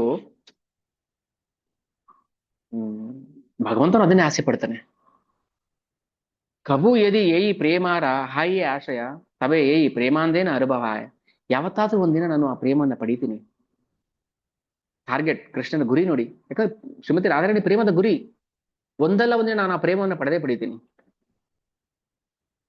ಅತೃಪ್ತಿ ಗೋಲೋಕದಲ್ಲಿ ಇದ್ದುಕೊಂಡು ಭಗವಂತನಿಗೆ ಅತೃಪ್ತಿ ಕಾಡ್ತಾ ಇದೆ. ನಾನು ಒಂದಲ್ಲ ಒಂದಿನ ಆ ಪ್ರೇಮದ ಗುರಿಯನ್ನ ಪಡೆದೇ ಪಡಿತೀನಿ ನಾನು, ಇವತ್ತಲ್ಲ ನಾಳೆ. ಯಾಕಂದ್ರೆ ರಾಧಾರಾಣಿ ಪ್ರೇಮದ ಗುರಿ, ನಾನು ಒಂದು ಪ್ರೇಮದ ವಸ್ತು. ಆದ್ರೆ ಸಿಗ್ತಾ ಇಲ್ವಲ್ಲ. ಗೋಪಿಯರಿಗೆ ಕೃಷ್ಣ ಸಿಗ್ಲೇ ಇಲ್ಲ. ಎಷ್ಟೋ ವರ್ಷ ಆದ್ಮೇಲೆ ಒಂದು ಸೂರ್ಯಗ್ರಹಣ ಕುರುಕ್ಷೇತ್ರದಲ್ಲಿ ಭೇಟಿ ಆಗ್ತಾರೆ. ಎಲ್ಲ ಕೃಷ್ಣ ಕುಂತಿ ಮಾರಾಣಿ ಹತ್ರ ಮಾತಾಡ್ತಿದ್ದಾನೆ, ಇಲ್ಲಿ ಪಾಂಡವರ ಹತ್ರ ಮಾತಾಡ್ತಿದ್ದಾನೆ, ಇಲ್ಲಿ ಅದು ಇದು ಮಾತಾಡ್ತಿದ್ದ ನೋಡ್ದ ಕೃಷ್ಣನ ದೃಷ್ಟಿಗೆ ಗೋಪಿಯರ್ ಕಾಣಿಸಿದ್ರು. ಗೋಪಿಯರ್ ಹೇಳ್ತಾರೆ, ರಾಧಾರಾಣಿ ಅಲ್ಲಿ ನೋಡು, ಅಲ್ಲಿ ಕೃಷ್ಣ, ನಮ್ ಕೃಷ್ಣ ನೋಡಲ್ಲಿ ಅಂತ ಖುಷಿ ಆನಂದ ತಡ್ಕೊಳಕ್ ಆಗ್ತಾ ಇಲ್ಲ ಅವ್ರಿಗೆ. ಎಷ್ಟೋ ವರ್ಷ ಆಗಿತ್ತು ನೋಡಿ. ರಾಧಾರಾಣಿ ನಮ್ ಕೃಷ್ಣ, ಎಲ್ಲಿ ನಮ್ ಕೃಷ್ಣ? ಕಣ್ಣು ಮೇಲೆ ಹಣೆ ಮೇಲೆ ಕೈ ಇಟ್ಕೊಂಡು, ಎಲ್ಲಿ ಕೃಷ್ಣ? ಅವ್ನು ನಮ್ ಕೃಷ್ಣ ಅಲ್ಲ ಅವನು. ನಮ್ ಕೃಷ್ಣ ಅಲ್ಲ ಅವನು. ನಮ್ ಕೃಷ್ಣ ಹಿಂಗಿರ್ಲಿಲ್ಲ ಅಲ್ವಾ. ನಮ್ ಕೃಷ್ಣ ರಾಜೋಚಿತವಾದ ವೇಷ ಆಗ್ತಿದ್ನ. ನಮ್ಮ ಕೃಷ್ಣನ ಕೈಯಲ್ಲಿ ಕೊಳಲಿರ್ತಿತ್ತು. ಇವನು ನಮ್ ಕೃಷ್ಣ ಅಲ್ಲ ಇವನು. ಕೃಷ್ಣ ಹೃದಯ ಕರಗುತ್ತೆ.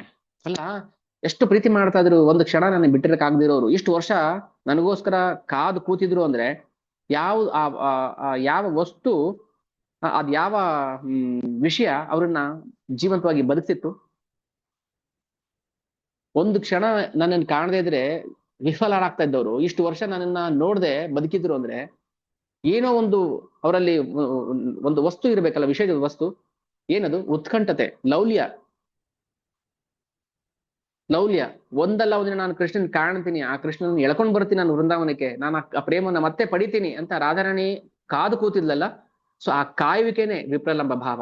ಒಂದಲ್ಲ ಒಂದಿನ ಕೃಷ್ಣನ ದರ್ಶನ ಮಾಡ್ತೀವಿ, ಅವನ ಬಾಚಿ ತಬ್ಕೊಳ್ತೀವಿ, ಅವನ ಹಗ್ ಮಾಡ್ತೀವಿ, ಅವನ ಮುತ್ ಕೊಡ್ತೀವಿ, ಅವನ ಉಪಚಾರ ಮಾಡ್ತೀವಿ, ಸೇವೆ ಮಾಡ್ತೀವಿ. ಸೊ ಈ ಉತ್ಕಂಠತೆನೇ ಇಲ್ಲ ಅಂತಾದ್ರೆ ನಮ್ದು ಜೀವ ಗೊಡ್ಡು ಜೀವ, ಅದ್ರಲ್ಲಿ ಏನು ಇಲ್ಲ, ಸತ್ವನೇ ಇಲ್ಲ ಅಲ್ಲಿ, ಹೇಣ, ಜೀವಂತ ಶವ. ಸೊ ಆ ಭಾವ ಕೃಷ್ಣನ್ಗೂ ಕಾಡ್ತಾ ಇದೆ ಇಲ್ಲಿ. ಹೇಳ್ತಾನೆ ಕೃಷ್ಣ, ಕಬಿ ಎದು ಏಯಿ ಪ್ರೇಮರ ಹಾಯಿ ಆಶ್ರಯ. ಆ ಪ್ರೇಮದ ಆಶ್ರಯ ಯಾವತ್ತಾದ್ರೂ ಒಂದಿನ ನಾನು ಪಡೆದೇ ಪಡಿತೀನಿ, ಆವಾಗ ನಾನು ಆನಂದವನ್ನು ಅನುಭವಿಸ್ತೀನಿ ಅಂತ ಹೇಳ್ತಾನಲ್ವಾ. ಸೊ ಇದು ನಿಜವಾದ ಪ್ರೇಮ. ಹೇಗಿದೆ ನೋಡಿ, ಭಕ್ತ ಮತ್ತೆ ಭಗವಂತ ನಡುವಿನ ಪ್ರೇಮದ ಸಂಬಂಧ. ಒಂದಲ್ಲ ಒಂದಿನ ಶಬರಿ ಕಾದಲು, ಅನೇಕ ಋಷಿಗಳು, ಜನಸ್ಥಾನದಲ್ಲಿರುವಂತ ಋಷಿಗಳು ಕಾದ್ರು, ಜನ್ಮ ಜನ್ಮಾಂತರ ಕಾದ್ರು ಕೃಷ್ಣನ ದರ್ಶನ ಪಡಿಬೇಕು ಅಂತ. ನಮಗೆ ಭಗವಂತ ಅನುಗ್ರಹ ಮಾಡಿಕೊಡ್ತಾ ಇದ್ದಾನೆ, ಮಹಾಪ್ರಭು ರೂಪದಲ್ಲಿ ಬಂದಿದ್ದಾನೆ ಭಗವಂತ. ತಗೊಳ್ಳಿ ಪ್ರೇಮದ ಆ ರಸವನ್ನ ಸವಿರಿ, ಹರೇ ಕೃಷ್ಣ ಮಂತ್ರ ಹೇಳ್ರಿ, ಕುಣಿರಿ, ಸಂಕೀರ್ತನೆ ಪಾಲ್ಗೊಳ್ಳಿ, ಪ್ರಚಾರ ಮಾಡಿ. ಇಲ್ಲ ಇಲ್ಲ ಇಲ್ಲ, ನಮ್ಗೆ ಆಗೋದಿಲ್ಲ, ಪುರ್ಸೋತಿಲ್ಲ ನಮಗೆ. ನಮಗ್ ನಾವೇ ಹಳ್ಕೋಬೇಕು ಇವಾಗ, ಚೀಮಾರಿ ಹಾಕೋಬೇಕು. ಧಿಕ್ಕಾರ ಇರಲಿ ನನ್ನ ಜನ್ಮಕ್ಕೆ, ಧಿಕ್ಕಾರ ಇರಲಿ ನಮ್ಮ ಸಂಪತ್ತಿಗೆ, ಧಿಕ್ಕಾರ ಇರಲಿ ನಮ್ಮ ಪದವಿಗೆ.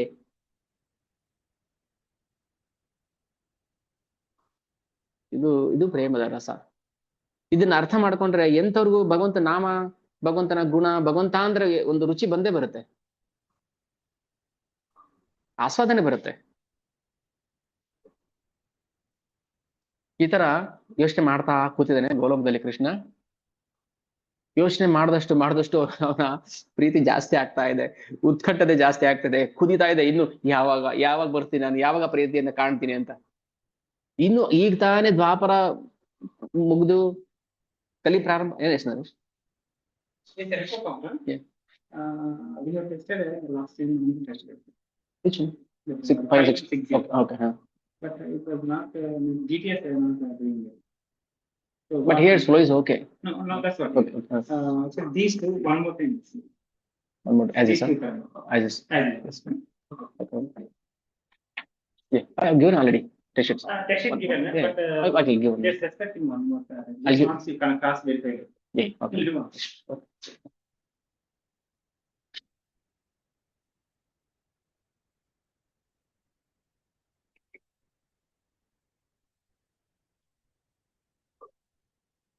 ಓಕೆ, ಕೃಷ್ಣ ಗೋಲೋಕದಲ್ಲಿ ಕೂತು ಇದರ ಯೋಚನೆ ಮಾಡ್ತಾ ಇದ್ದಾನೆ. ನಾನು ಒಂದಲ್ಲ ಒಂದಿನ ಆ ಪ್ರೇಮದ ಗುರಿಯನ್ನ ಮುಟ್ತೀನಿ, ಆ ಪ್ರೇಮದ ರಸವನ್ನ ಆಸ್ವಾದನೆ ಮಾಡ್ತೀನಿ ಅಂತ. ಆಗ ಅವನ ಕುತೂಹಲ ಜಾಸ್ತಿ ಆಗ್ತಾ ಇತ್ತು. ಕುತೂಹಲ ಜಾಸ್ತಿ, ಪರ್ಯಾವಿಷ್ಟ. ಅಯ್ಯೋ ಯಾವಾಗ ನಾನು ಕಾಣ್ತೀನಿ, ಯಾವಾಗ ಕಾಣ್ತೀನಿ. ಈಗ ದ್ವಾಪರ ಲೀಲೆ ಮುಗಿಸು ಹೋಗಿದ್ದೀನಿ ಗೋಲೋಕಕ್ಕೆ, ಆಗ್ಲೇ ಮತ್ತೆ ಉತ್ಕಂಠತೆ ಕಾಡ್ತಾ ಇದೆ. ಭಗವಂತನಿಗೆ ಅತೃಪ್ತಿ ಇದೆ. ನಾವು ಅನ್ಕೋಬಹುದು, ಓ ಭಗವಂತ ಎಲ್ಲೋ ಒಂದ್ ಕಡೆ ಕಲ್ಲು ಗುಂಡಾಗಿ ಕೂತ್ ಬಿಟ್ಟಿದ್ದಾನೆ. ಅಲ್ಲ, ಕಲ್ಲು ಗುಂಡಲ್ಲ ಅವನು, ನಮ್ಮ ಹಾಗೆ ಕಲ್ಲು ಗುಂಡ. ನಮ್ಮ ಹೃದಯ ಕಲ್ಲು ಗುಂಡಾಗ್ಬಿಟ್ಟಿದೆ. ಭಗವಂತ ಕಲ್ಲು ತರ ಇದ್ದಾನೆ, ಬಟ್ ಅಲ್ಲಿ ಕಲ್ಲಲ್ಲ ಅವನು. ಅವನಿಗೆ ಕಣ್ಣೀರು ಬರುತ್ತೆ, ಅವನು ಅಳ್ತಾನೆ, ಅವನಿಗೂ ಖುಷಿ ಆಗುತ್ತೆ, ಅವನಿಗೂ ಅತೃಪ್ತಿ ಆಗುತ್ತೆ, ಅವನಿಗೂ ನೋವಾಗುತ್ತೆ. ಅಯ್ಯೋ ನನ್ ಭಕ್ತ ಬರ್ಲಿಲ್ವಲ್ಲ, ನನ್ ಭಕ್ತ ಇವತ್ತು ನನಗೆ ಆಫರ್ ಮಾಡಿಲ್ವಲ್ಲ, ಅವ್ನಿಗೆ ಏನ್ ಸಮಸ್ಯೆ ಇದು. ಏನೋ ಒಂದು ಭಾವದಲ್ಲಿ ಭಗವಂತ ಭಕ್ತರ ಜೊತೆ ಸದಾ ಇರ್ತಾನೆ. ಯಾವ್ದಾದ್ರು ಒಂದು ಭಾವದಲ್ಲಿ, ಗೆಳೆಯನಾಗೋ, ಗುರು ಆಗೋ, ಯಾವುದೋ ಒಂದು ಭಾವದಲ್ಲಿ ಕೃಷ್ಣ ಖಂಡಿತ ನಮ್ಮ ಜೊತೆ ಇರ್ತಾನೆ. ಈ ತರ ಆಲೋಚನೆ ಮಾಡ್ತಾ ಇದ್ದಾನೆ ಕೃಷ್ಣ. ಹೃದಯ ಬಾಡೆಯೇ ಪ್ರೇಮ ಲೋಭ ದಗ್ಧಕಿ. ಹೃದಯ ಲೋಭದಿಂದ ದಗ್ಧಗ ಉರಿತಾ ಇದೆ. ಕೃಷ್ಣನ ಹೃದಯ ಬೇಯ್ತಾ ಇದೆ. ಆ ಲೋಭ, ನಾನು ಯಾವಾಗ ನೋಡ್ತೀನಿ ರಾಧಾರಾಣಿ ಪ್ರೀತಿನಿ, ಯಾವಾಗ ಪಡಿತೀನಿ ಈ ಲೋಭ ಬರ್ಬೇಕು ನಮ್ಗೆ. ಬಟ್ ನಮಗೆ ಬಿರೋದು ಲೌಕಿಕ ಲೋಭಗಳು. ಯಾವಾಗ ನಾನು ಶ್ರೀಮಂತ ಆಗ್ತೀನಿ, ಯಾವಾಗ ನಾನು ಅದಾಗ್ತೀನಿ, ಯಾವಾಗ ನಾನು ಇದಾಗ್ತೀನಿ, ಈ ಲೋಭದಿಂದ ಏನೂ ಪ್ರಯೋಜನ ಇಲ್ಲ. ಅದು ನಮ್ಮನ್ನು ಸುಟ್ಟುಬಿಡುತ್ತೆ, ಜೀವಂತವಾಗಿ ಸುಟ್ಬಿಡುತ್ತೆ ಅದು ಲೋಭ. ಬಟ್ ಕೃಷ್ಣನಿಗಿದೆಯಲ್ಲ ಲೋಭ, ಏ ಏಕಶುನ ಆರ ಲೋಭೇರ ಪ್ರಕಾರ ಸ್ವಮಾಧುರ್ಯ ದೇಕಿ ಕೃಷ್ಣ ಕರೇನ ವಿಚಾರ. ನನಗೀಗ ಒಂದು ಉಪಾಯ ಬಂತು. ಏನು ಉಪಾಯ?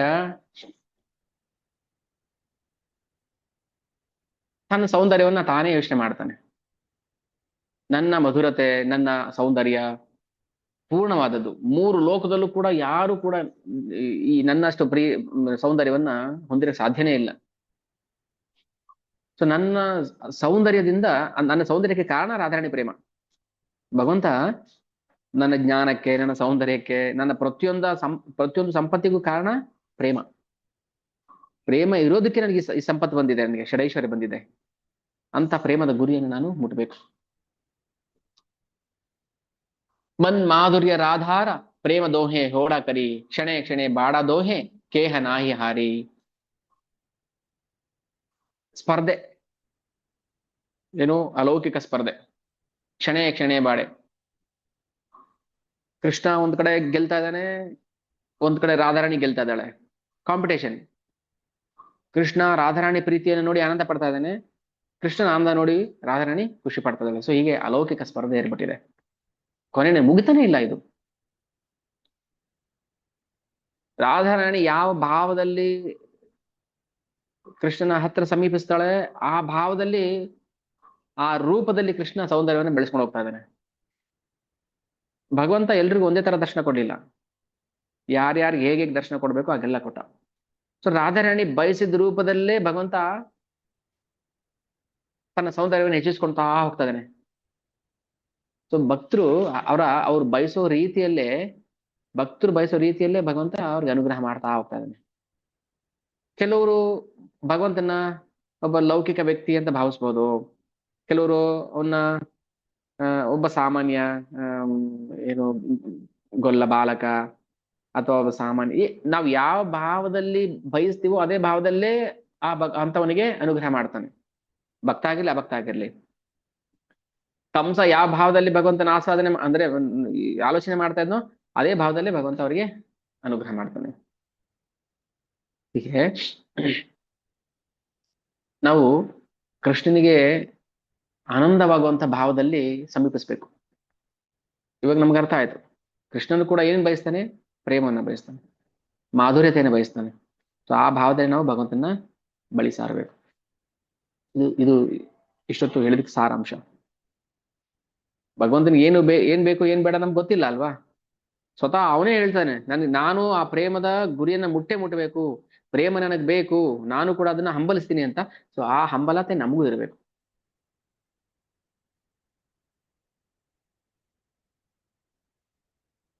ಅವನಿಗೂ ಲೋಭ ಇದೆ, ಭಗವಂತನಿಗೂ ಲೋಭ ಇದೆ. ಹೇಗೆ?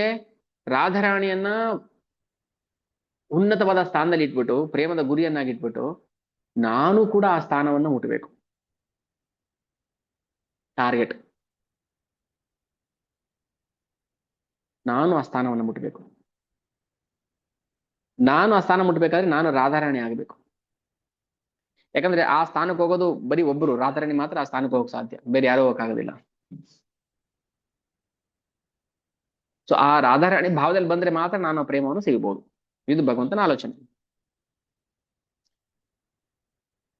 ಆದ್ರೆ ಇದಕ್ಕೂ ಮುಂಚೆ ಯಾರೂ ಅನುಭವಿಸಲು ಸಾಧ್ಯವಾಗದ ಆ ಮೋಹಕತೆಯನ್ನ ನಾನು ಪ್ರಕಟಪಡಿಸಬೇಕು. ಇದೆಲ್ಲ ಇಂಡೈರೆಕ್ಟ್ ಆಗಿ ಮಹಾಪ್ರಭು ಅವತಾರಕ್ಕೆ ನಾಂದಿ. ಶ್ರೀ ಚೈತನ್ಯ ಮಹಾಪ್ರಭುಗಳು ಹಿಂದೆಂದೂ ಅವತಾರವೆತ್ತಿರದ, ಮುಂದೆಂದೂ ಅವತಾರವೆತ್ತದ ಬ್ರಹ್ಮದೇವರ ಒಂದು ಜೀವಿತಾವಧಿಯಲ್ಲಿ ಕೇವಲ ಒಂದು ಪರಾರ್ಧಕ್ಕೆ ಒಮ್ಮೆ ಮಾತ್ರ ಚೈತನ್ಯ ಮಹಾಪ್ರಭು ಅವತಾರ ಬರೋದು, ತುಂಬಾ ಅಪರೂಪಕ್ಕೆ. ಹಿಂದೆ ಯಾವತ್ತೂ ಮಾಡದಿರುವಂತ ಮೋಹಕ ಅವತಾರವನ್ನ ನಾನು ನೇರವಾಗಿ ಇದೆ ಇಲ್ಲಿ ಮಹಾಪ್ರಭು ಅವತಾರ ಮಾಡ್ದ ಅನ್ನೋದಕ್ಕೆ ಸ್ಪಷ್ಟ ನಿದರ್ಶನ. ಅಪರಿಕಲಿತ ಅಪೂರ್ವ ಚಮತ್ಕಾರಕಾರಿ ಸ್ಫುರತಿ ಮಮ ಗರಿಯಾನ್ ಏಷ ಮಾಧುರ್ಯ ಪೂರಃ. ಈ ಮಾಧುರ್ಯ ರಸದಲ್ಲಿ ಇದುವರೆಗೆ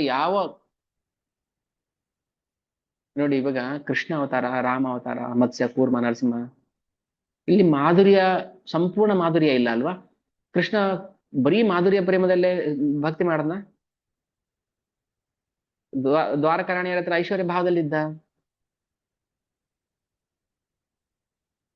ಸಂಪೂರ್ಣ ಮಾಧುರ್ಯ ಇಲ್ವೇ ಇಲ್ವಲ್ಲ ಯಾವ ಅವತಾರದಲ್ಲೂ. ಹಸ್ತಿನಾಪುರದಲ್ಲಿ ಬೇರೆ ಭಾವ ಇತ್ತು, ಮಥುರಾದಲ್ಲಿ ಬೇರೆ ಭಾವ ಇತ್ತು, ದ್ವಾರಕೆಯಲ್ಲಿ ಬೇರೆ ಭಾವ ಇತ್ತು, ವೃಂದಾವನದಲ್ಲಿ ಮಾಧುರ್ಯ ಭಾವ ಇತ್ತು. ಸೊ ಸಂಪೂರ್ಣ ಮಾಧುರ್ಯ ರಸ ಭಗವಂತ ಮಾಡ್ಲಿಲ್ಲ. ಅದಕ್ಕೆ ಯೋಚನೆ ಮಾಡ್ತಾ ಇಲ್ಲ ಇಲ್ಲ ಇಲ್ಲ, ನಾನು ಸಂಪೂರ್ಣ ಮಾಧುರ್ಯ ಎಲ್ಲೂ ಅಲ್ಲಿ ಅವಕಾಶನೇ ಇರಬಾರದು ಬೇರೆ ಯಾವುದಕ್ಕೂ. ಅಪರಿಕಲಿತ ಪೂರ್ವಕ ಚಮತ್ಕಾರಕಾರಿ ಸ್ಫುರತಿ ಮಮ ಗರಿಯ ಏಷ ಮಾಧುರ್ಯ ಪೂರಃ ಅಯಂ ಅಹಮಪಿ ಹಂತ ಪ್ರೇಕ್ಷ್ಯಂ ಲುಬ್ಧ ಚೇತಾ ಸರಭಸಂ ಉಪಭೋಕ್ತುಂ ಕಾಮಯೇ ರಾಧಿ. ಸೊ ರಾಧಾರಾಣಿ ಭಾವದಲ್ಲಿ ಬಂದ್ರೇನೆ ನಾನು ಅದನ್ನ ಅನುಭವಿಸೋಕೆ ಸಾಧ್ಯ ಅಂತ ತೀರ್ಮಾನ ಮಾಡಿದ್ದು ಮಹಾಪ್ರಭು ಅವತಾರಕ್ಕೆ ಸ್ಪಷ್ಟ ನಿದರ್ಶನ. ಚೈತನ್ಯ ಮಹಾಪ್ರಭು ಅವತಾರ ಆಗ್ತಾರೆ ಅನ್ನೋದು ಭಗವಂತನೇ ನಿರ್ಧಾರ ಮಾಡಿದ್ದು, ತಾನೇ ಖುದ್ದಾಗಿ ನಿರ್ಧಾರ ಮಾಡಿದ್ದು. ಆದ್ರೆ ಯಾರಿಗೂ ಅರ್ಥ ಆಗ್ಲಿಲ್ಲ. ಯಾರಿಗೂ ಶ್ರೀ ಚೈತನ್ಯ ಮಹಾಪ್ರಭು ಕೃಷ್ಣನ ಪ್ರೇಮ ಅವತಾರ ಅಂತ ಅರ್ಥನೇ ಆಗ್ಲಿಲ್ಲ. ಅದು ಅದಕ್ಕೆ ಅದು ನಮ್ಮ ಭಾಗ್ಯ. ಈ ಅವತಾರದ ಲೀಲೆಗಳು ನಮ್ಮ ಕಿವಿಗೆ ಬಿದ್ದಿಲ್ಲ ಅಂದಿದ್ರೆ ನಾವ್ ಏನಾಗ್ತಿದ್ವಿ?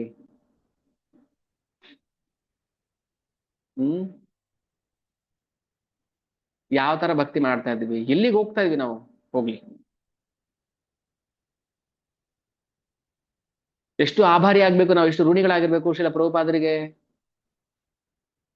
ಅವ್ರ ಪಾದದ ಧೂಳಲ್ಲಿ ನಾವು ಒಂದು ಕಣ ಆಗ್ಬಾರ್ದ? ಅವ್ರ ಪಾದದ ಧೂಳು ನಮ್ಮ ತಲೆ ಮೇಲೆ ಸೋಕಬಾರ್ದ? ಅವ್ರ ಅನುಗ್ರಹ ಆಗ್ಬಾರ್ದ? ಖಂಡಿತ ಆಗ್ಬೇಕು. ಅವ್ರ ಅನುಗ್ರಹ ಆಗ್ಬೇಕಾದ್ರೆ ಒಂದೇ ದಾರಿ ಇರೋದು. ಬನ್ನಿ ಒಂದು ನಿಮಿಷ, ಈಗಲೇ ಕೊಡ್ಲಾ ಆಮೇಲೆ ಕೊಡ್ಲಾ? ಇವಾಗಲೇ ಬೇಕಂತ.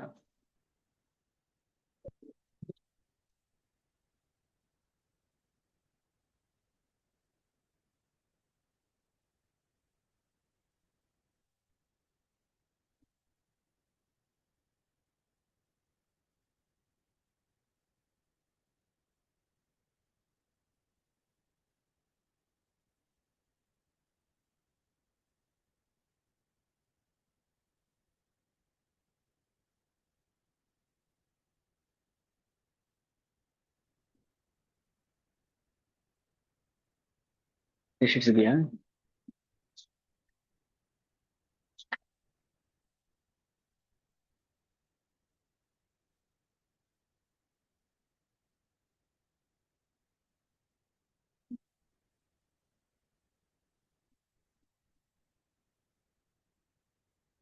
ಇಲ್ಲ, ಓಕೆ ಓಕೆ. ಹಾ, ಹೇಳ್ತಿದ್ದೆ. ಓಕೆ. ಸೊ ಮಹಾಪ್ರಭು ಶ್ರೀಲ ಪ್ರಭುಪಾದ ಬಗ್ಗೆ ಹೇಳ್ತದೆ. ಶ್ರೀಲ ಪ್ರಭುಪಾದರು ಈ ಮಾಧುರ್ಯ ಪ್ರೇಮವನ್ನ ಜಗತ್ತಿನಾದ್ಯಂತ ಪ್ರಚಾರ ಮಾಡಿರ್ಲಿಲ್ಲ ಅಂದಿದ್ರೆ, ವಿಶೇಷವಾಗಿ ಪಾಶ್ಚಾತ್ಯ ದೇಶಗಳಲ್ಲಿ, ನಾವು ಬಿಡಿ, ನಾವು ಮೂರ್ಖರಾಗಿ ಕೂತಿದ್ವಿ, ಮೂರ್ಖರಾಗಿದ್ವಿ, ಬಟ್ ಮೂರ್ಖರಂತ ಗೊತ್ತಿರ್ಲಿಲ್ಲ ಅಷ್ಟೇನೆ. ಪಾಶ್ಚಾತ್ಯ ದೇಶಗಳಲ್ಲಿ ಜನಗಳು ಹೇಗಿದ್ರು? ಅವ್ರು ಗೊತ್ತಿದ್ ನಾಲ್ಕೇ ಕೆಲಸ: ತಿನ್ಬೇಕು, ಕುಡಿಬೇಕು, ಮಜಾ ಮಾಡ್ಬೇಕು, ಮನೆಗೇನೆ ಕಟ್ಕೊಂಡು ರಕ್ಷಣೆ, ಇಷ್ಟ ಬಿಟ್ರೆ ಬೇರೆ ಏನು ಗೊತ್ತಿರಲಿಲ್ಲ ಅವರಿಗೆ. ಇಂಥವ್ರ ಹೃದಯದಲ್ಲೂ ಕೂಡ ಆ ಪ್ರೇಮದ ಬೀಜವನ್ನ ಬಿತ್ತಿ ಬಂದ್ರಲ್ಲ, ನಾವು ಅವ್ರಿಗೆ ಎಷ್ಟು ಋಣಿಯಾಗಿರ್ಬೇಕು. ಯಾರಿಗೆ ನಿಜವಾಗ್ಲೂ ಈ ಚೈತನ್ಯ ರಸ ಅರ್ಥ ಆಗುತ್ತೆ ಅವ್ರಿಗಷ್ಟೇ ಅದ್ರ ಬಗ್ಗೆ ಗೊತ್ತಾಗುತ್ತೆ, ಶ್ರೀಲ ಪ್ರಭುಪಾದರ ಬಗ್ಗೆ. ಯಾರಿಗೆ ಈ ರಸದ ಅನುಭವನೇ ಆಗಿಲ್ವೋ, ಅಯ್ಯೋ ಯಾರೋ ಒಬ್ರು ಸನ್ಯಾಸಿ ಹೋಗಿದ್ರು ಅಲ್ಲಿ. ನಮ್ಮನ್ನ ಬಿಡಿ, ಇಲ್ಲಿ ಆಧ್ಯಾತ್ಮವಾದಿಗಳು ಅಂತ ಅನ್ಸ್ಕೊಂಡವ್ರು ಮೂಢರು ಕೂಡ ಪ್ರಭುಪಾದರ ಬಗ್ಗೆ ಹೀಯಾಳಿಸಿ ಮಾತಾಡಿದ್ರು. ನಾವು ಹೆಡ್ರು ಬಿಡಿ, ನಮ್ಗೇನು ಗೊತ್ತಿಲ್ಲ. ಗೊತ್ತಿರುವಂತವ್ರು, ಸ್ಪಿರಿಚುವಲ್ ಪಾತಲ್ಲಿ ಇರುವಂತವ್ರು ಕೂಡ ಪ್ರಭುಪಾದರನ್ನ ಅರ್ಥ ಮಾಡ್ಕೊಳಕ್ಕಾಗಿಲ್ಲ. ಯಾಕಂದ್ರೆ ಭಗವಂತನ ವಿಶೇಷ ಅನುಗ್ರಹ ಇದ್ರೆ ಮಾತ್ರ ಈ ರಸದ ಅನುಭವ ಆಗತ್ತೆ, ಇಲ್ಲಾಂದ್ರೆ ಆಗೋದಿಲ್ಲ. ಕೇಳಿಸ್ಕೊಂಡವ್ರೆಲ್ರಿಗೂ ಕೂಡ ಅರ್ಥ ಆಗೋದಿಲ್ಲ. ಬರೀ ಕೇಳಿಸ್ಕೊಂಡ್ರೆ ಸಾಲದು, ಅದು ಹೃದಯಕ್ಕೆ ಹೋಗ್ಬೇಕು, ಒಳಗಡೆ ಅಲ್ಲಿ ಕೆಲಸ ಮಾಡ್ಬೇಕದು. ಆ ರಸ ಹೇಗೆ ಕೆಲಸ ಮಾಡುತ್ತೆ? ಹೃದಯನ ಕರಗಿಸುತ್ತೆ. ಹೃದಯದಲ್ಲಿರುವಂತಹ ಕಲ್ಮಶವನ್ನ ಕರಗಿಸ್ಬೇಕು ಅದು. ಆವಾಗ ಅಷ್ಟೇ ನಮ್ಗೆ ಆ ರಸದ ಅನುಭವ ಆಗುತ್ತೆ. ಯಾರಿಗ ಅರ್ಥ ಆಗುತ್ತೆ ಅವ್ರಷ್ಟೇ ಭಗವಂತನಿಗೋಸ್ಕರ ಜೀವನವನ್ನ ಮುಡುಪಾಗಿಡ್ತಾರೆ. ಇಲ್ಲಾಂದ್ರೆ ಟೈಮ್ ಪಾಸ್. ಏನೋ 1 ಗಂಟೆ ಬೆಳಿಗ್ಗೆ ಕೇಳಬೇಕು, ಶ್ರವಣ ಮಾಡ್ಬೇಕು, ಏನೋ ಒಂದು ನಡ್ಕೊಂಡು ಹೋಗುತ್ತೆ. ಅಲ್ಲ, ನಡ್ಕೊಂಡು ಹೋಗೋದಿಲ್ಲ ಅದು. ನಡ್ಕೊಂಡು ಎಲ್ಲಿ ಹೋಗುತ್ತೆ? ಸುತ್ತ ಬೆಂಕಿ ಇದೆ, ಎಲ್ಲಿ ಹೋಗ್ತೀರಿ ನಡ್ಕೊಂಡು? ಆ ಬೆಂಕಿವರೆಗೂ ಹೋಗ್ಬೋದು, ಮತ್ತೆ ವಾಪಸ್ ಬರ್ಬೇಕು. ಎಲ್ಲಿಗೆ ಬರ್ಬೇಕು? ಮತ್ತೆ ಬೆಂಕಿ ಹತ್ರಕ್ಕೆ ಬರ್ಬೇಕು. ಸುತ್ತ ಬೆಂಕಿ ಹಾಕ್ಬಿಟ್ಟು, ಸಂಸಾರ ದಾವಾನಲ್ಲ ಇದು, ಬೆಂಕಿ. ಅನಲ್ಲ, ಅನಲ್ಲ ಅಂದ್ರೆ ಬೆಂಕಿ. ಬರೀ ಬೆಂಕಿ ಇಲ್ಲ, ಧಗ ಧಗ ಧಗ ಉರಿತಾರ ಬೆಂಕಿ. ಎಲ್ಲಿ ಓಡ್ತೀರಿ? ಸೊ ನರಕದ ವರ್ಣನೆ ಮಾಡ್ತಾರೆ ಭಾಗವತಮಲ್ಲಿ 3ನೇ ಸ್ಕಂದದಲ್ಲಿ. ನರಕ ಹೇಗಿದೆ? 5ನೇ ಸ್ಕಂದ ಕೊನೆಯ ಭಾಗದಲ್ಲಿ ನರಕಗಳನ್ನ 28 ಮುಖ್ಯ ನರಕಗಳನ್ನ ವರ್ಣನೆ ಮಾಡ್ತಾರೆ.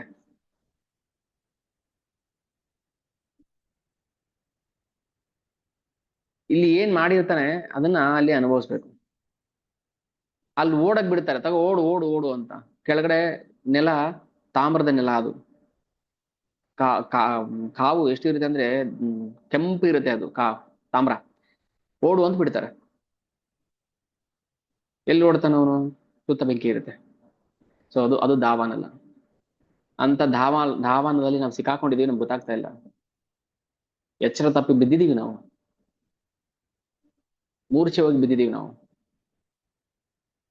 ಅದಕ್ಕೆ ಕೈ ಜೋಡಿಸಿ ಹೇಳ್ತಾ ಇರೋದು, ಇವಾಗ ಒಂದು ಅವಕಾಶ ಕೊಟ್ಟಿದ್ದಾನೆ ಭಗವಂತ. ಸಂಪೂರ್ಣ ಅವಕಾಶ, ಸ್ವತಂತ್ರ ಇದೆ ನಮ್ಗೆ. ಆ ಸಂಪೂರ್ಣ ಸ್ವತಂತ್ರವನ್ನ ಎಷ್ಟು ಸಾಧ್ಯ ಆಗುತ್ತೋ ಅಷ್ಟು ನಾವು ಭಗವಂತನ ಸೇವೆಗೆ ವಿನಿಯೋಗಿಸ್ಬೇಕು. ಅವನ ಗುಣಗಾನ ಮಾಡಬೇಕು. ಮೂರ್ಖನು ಕೂಡ ಗುಣಗಾನ ಮಾಡಬೇಕು. ತಸ್ಮಾದಹಂ ವಿಗತ ವಿಕ್ಲವ ಈಶ್ವರಸ್ಯ ಸರ್ವಾತ್ಮನ ಮಹಿ ಗೃಣಾತಿ ಯಥಾ ಮನೀಷಾಂ. ಒಬ್ಬ ಒಬ್ಬ ಬುದ್ಧಿವಂತ, ಅವನ ಶಕ್ತಿ ಎಷ್ಟಿದೆಯೋ, ಅವನ ಬುದ್ಧಿ ಎಷ್ಟಿದೆಯೋ ಅಷ್ಟೂ ಕೂಡ ಭಗವಂತನ ಗುಣಗಾನ ಮಾಡಕ್ಕೆ ಬಳಸಬೇಕು. ಈಗ ನನಗೆ 1%, 1.1% ಇದೆ ಅಂತ ಇಟ್ಕೊಳ್ಳಿ ಬುದ್ಧಿ. ಆ 0.1%ನೇ 100% ವಿನಿಯೋಗ ಮಾಡ್ಬೇಕು ನಾವು ಭಗವಂತನ ಸೇವೆಗೆ. ಎಲ್ರಿಗೂ ಭಗವಂತ ಒಂದೇ ಮಟ್ಟಕ್ಕೆ ಬುದ್ಧಿವಂತಿಕೆ ಕೊಟ್ಟಿರೋದಿಲ್ಲ. ಕೆಲವರಿಗೆ 0.1% ಇರುತ್ತೆ, ಕೆಲವು 1% ಇರುತ್ತೆ, ಕೆಲವು 10% ಇರುತ್ತೆ, ಕೆಲವರಿಗೆ 50% ಇರುತ್ತೆ, ಕೆಲವು 100. ಎಷ್ಟು ಕೊಟ್ಟಿದ್ದಾನೆ ಭಗವಂತ ನಮ್ಮನ್ನ. ತಸ್ಮಾದ್ ಅಹಂ ವಿಗತ ವಿಕ್ಲವ. ನಾವು ಸುಮ್ಮನೆ ಹೊಗಳ್ತಾ ಇರ್ಬೇಕಷ್ಟೇ, ಭಗವಂತನ ಗುಣಗಾನ ಮಾಡ್ತಾ ಇರ್ಬೇಕು. ಅದಷ್ಟೇ ಭಗವಂತನ ಆಕರ್ಷಣೆ ಮಾಡುತ್ತೆ. ಯಾವುದು ನಮ್ಮನ್ನ ನಾವು ಭಗವಂತನ ಹತ್ರ ಹೋಗೋದಕ್ಕೆ ಸಹಾಯ ಮಾಡೋದಿಲ್ಲ. ಕೃಷ್ಣ ತನ್ನ ಸೌಂದರ್ಯವನ್ನ ನೋಡ್ಕೊಂಡು ಕೂತಿದ್ದಾನೆ. ಆದ್ರೆ ಅವನದೇ ಸೌಂದರ್ಯ ಅಂತ ಗೊತ್ತಿಲ್ಲ ಅವನಿಗೆ. ಆದ್ರೆ ನೋಡ್ತಾ ಇದ್ದಾನೆ. ಹಾ, ಆ ಮಡಕೆಯಲ್ಲಿ ಕಾಣಿಸ್ತಾರ ಮಗು ಎಷ್ಟು ಚೆನ್ನಾಗಿ ಕಾಣಿದೆ, ಎಷ್ಟು ಚೆನ್ನಾಗಿದೆ. ಆ ಕಮ್ಮದಲ್ಲಿ ಕಾಣ್ತಾರ ಹುಡುಗ ಎಷ್ಟು ಚೆನ್ನಾಗಿದ್ದಾನೆ. ಆ ಕನ್ನಡಿಲಿ ಕಾಣ್ತಾರ ಹುಡುಗ ಎಷ್ಟು ಚೆನ್ನಾಗಿದ್ದಾನೆ, ಎಷ್ಟು ಸ್ಫುರದ್ರೂಪಿ, ಬ್ಯೂಟಿಫುಲ್ ಆಗಿದ್ದಾನೆ ಅಂತ ಅವನ ಸೌಂದರ್ಯವನ್ನ ಅವನೇ ನೋಡ್ಕೊಂಡು ಅವನೇ ಪುಲಕಿತನಾಗ್ತಾ ಇದ್ದಾನೆ. ಕೃಷ್ಣ ಮಗು ಇರ್ಬೇಕಾದ್ರೆ, ಬಾಲ್ಯದಲ್ಲಿ ಮಾಡ್ಬೇಕಾದ್ರೆ ತುಂಟಾಟ ಮಾಡ್ತಾ ಇದ್ದಲ್ಲ ಕೃಷ್ಣ. ಒಂದು ಕೊಳದ ಹತ್ರ ಹೋಗ್ತಾನೆ. ಬಗ್ ನೋಡ್ತಾನೆ, ಅಲ್ಲಿ ಒಂದು ಮಗು ಕಾಣಿಸ್ಬಿಡುತ್ತೆ ಕೊಳದಲ್ಲಿ. ಇದು ಯಾರು ಈ ಹುಡುಗ ಚೆನ್ನಾಗಿದ್ದಾನಲ್ಲ ಅಂತ ಆ ಹುಡುಗನಿಗೆ ಮುಟ್ಟಕ್ ಹೋಗುತ್ತೆ. ನೀರಲ್ಲಿ ಬಿದ್ದೋಗ್ಬಿಡ್ತಾನೆ ಕೃಷ್ಣ. ಲೀಲೆ. ತನ್ನ ಸೌಂದರ್ಯ ತನ್ನನ್ನೇ ಆಕರ್ಷಣೆ ಮಾಡುತ್ತೆ. ಈಗ ಭಗವಂತನ ಆಕರ್ಷಣೆ ಮಾಡ್ಬೇಕಂದ್ರೆ ಭಗವಂತನಿಗಿಂತ ಜಾಸ್ತಿ ಶಕ್ತಿ ಇರ್ಬೇಕಲ್ವಾ? ಕೃಷ್ಣನ್ ಎಳಿಬೇಕಂದ್ರೆ ಕೃಷ್ಣನ ಶಕ್ತಿಗಿಂತನೂ ಎಳೆಯೋನ್ ಶಕ್ತಿ ಜಾಸ್ತಿ ಇರ್ಬೇಕು, ಹೌದಲ್ವಾ? ಭೌತಿಕ ನಿಯಮ, ವಿಜ್ಞಾನದ ನಿಯಮ. ಕೃಷ್ಣನ ಸೌಂದರ್ಯ ಕೃಷ್ಣನನ್ನು ಎಳೆಯುತ್ತೆ ಅಂದ್ರೆ ಕೃಷ್ಣನ ಸೌಂದರ್ಯ ಕೃಷ್ಣನಿಗಿಂತನೂ ಶ್ರೇಷ್ಠ ಅಂತ ಆಯ್ತು. ಕೃಷ್ಣನ ನಾಮ ಕೃಷ್ಣನ್ನೂ ಕೂಡ ಆಕರ್ಷಣೆ ಮಾಡುತ್ತೆ ಅಂದ್ರೆ ಕೃಷ್ಣನ ನಾಮ ಕೃಷ್ಣನಿಗಿಂತನೂ ಶ್ರೇಷ್ಠ ಅಂತ ಆಯ್ತು. ಭಗವಂತನಿಗೆ ಸಂಬಂಧಪಟ್ಟ ಯಾವುದೂ ಭಗವಂತನಿಂದ ಬೇರೆ ಅಲ್ಲ, ಅದು ಭಗವಂತನೇ. ಅವನಿಗೆ ಅವನೇ ಸಾಟಿ, ಅವನ ಸೌಂದರ್ಯಕ್ಕೆ ಅವನೇ ಸಾಟಿ. ಸರಿ, ಅಂತ ಸೌಂದರ್ಯ ಕೇವಲ ಹೆಣ್ಣು ಮಕ್ಕಳನ್ನ ಅಷ್ಟೇ ಆಕರ್ಷಣೆ ಮಾಡಲಿಲ್ಲ, ಋಷಿಗಳ ಹೃದಯವನ್ನೂ ಆಕರ್ಷಣೆ ಮಾಡ್ತಂತೆ. ಋಷಿಗಳು ಜನಸ್ಥಾನದಲ್ಲಿ, ಆಹಾ, ರಾಮಚಂದ್ರನ ಸೌಂದರ್ಯ ನೋಡ್ರಿ, ಬರೀ ಋಷಿಗಳನ್ನ ಅಷ್ಟೇ ಆಕರ್ಷಣೆ ಮಾಡಲಿಲ್ಲ, ರಾಕ್ಷಸಿಯನ್ನೂ ಆಕರ್ಷಣೆ ಮಾಡ್ತು. ಶೂರ್ಪನಖ ಬಂದಾಗ ಜನಸ್ಥಾನಕ್ಕೆ ಯಾರೋ ಇಲ್ಲಿ ಮನುಷ್ಯರು ಬಂದಿದ್ದಾರೆ, ತಿಂದ್ಬಿಡೋಣ ಅಂತ ಬರ್ತಾಳಲ್ವಾ ರಾಕ್ಷಸಿ, ಶ್ರೀ ರಾಮಚಂದ್ರನ ಪಾದವನ್ನ ನೋಡಿ, ಆ ಪಾದದ ಹೆಜ್ಜೆ ಗುರುತನ್ನ ನೋಡಿನೇ ಮೋಹ ಬಂದ್ಬಿಡುತ್ತೆ ಅವಳಿಗೆ, ಕಾಮ ಬಂದ್ಬಿಡುತ್ತೆ. ಆಹಾ, ಎಷ್ಟು ಸುಂದರವಾದ ಹೆಜ್ಜೆ ಇದು, ಈ ಹೆಜ್ಜೆನೇ ಎಷ್ಟು ಸುಂದರವಾಗಿದೆ ಅಂದ್ರೆ ಆ ಹೆಜ್ಜೆ ಓನರ್ ಹೆಂಗಿರ್ಬೋದು. ಭಗವಂತನ ಪಾದದ ಗುರುತು ರಾಕ್ಷಸಿಯರ ಹೃದಯವನ್ನೂ ಆಕರ್ಷಣೆ ಮಾಡುತ್ತೆ, ಋಷಿಗಳ ಹೃದಯವನ್ನೂ ಆಕರ್ಷಣೆ ಮಾಡುತ್ತೆ. ಅಷ್ಟೇ ಅಲ್ಲ, ತನ್ನನ್ನೇ ಆಕರ್ಷಣೆ ಮಾಡುತ್ತೆ. ಅಂದ್ರೆ ಆ ಆ ಸೌಂದರ್ಯಕ್ಕೆ ಮಾರು ಹೋಗದ ಯಾರಿದ್ದಾರೆ ಜಗತ್ತಲ್ಲಿ?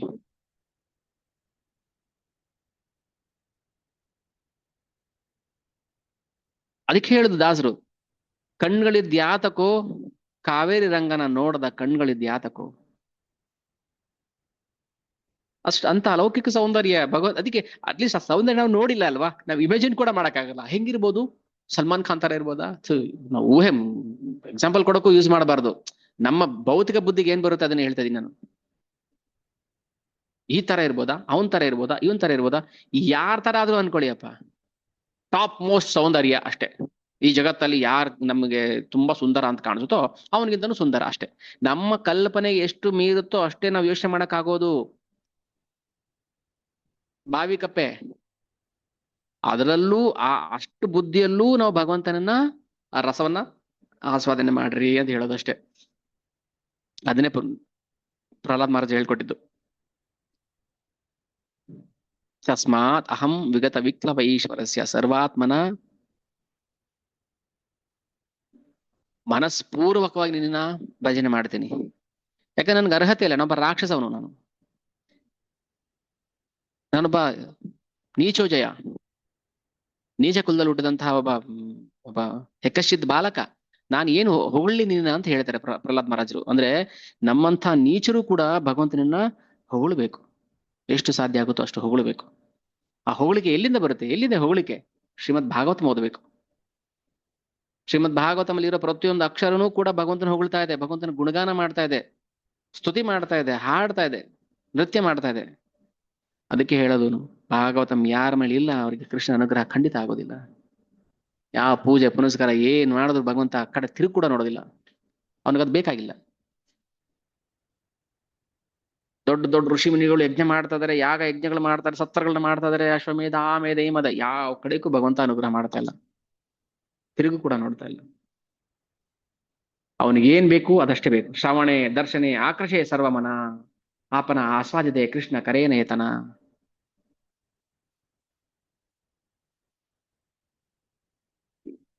ಕೃಷ್ಣನಿಗೂ ಆ ಸೌಂದರ್ಯ ಆಕರ್ಷಣೆ ಮಾಡುತ್ತೆ ಅಂದ್ರೆ ಆ ಸೌಂದರ್ಯದ ಏನೋ ಒಂದು ವಿಶೇಷ ಇರ್ಬೇಕಲ್ವಾ?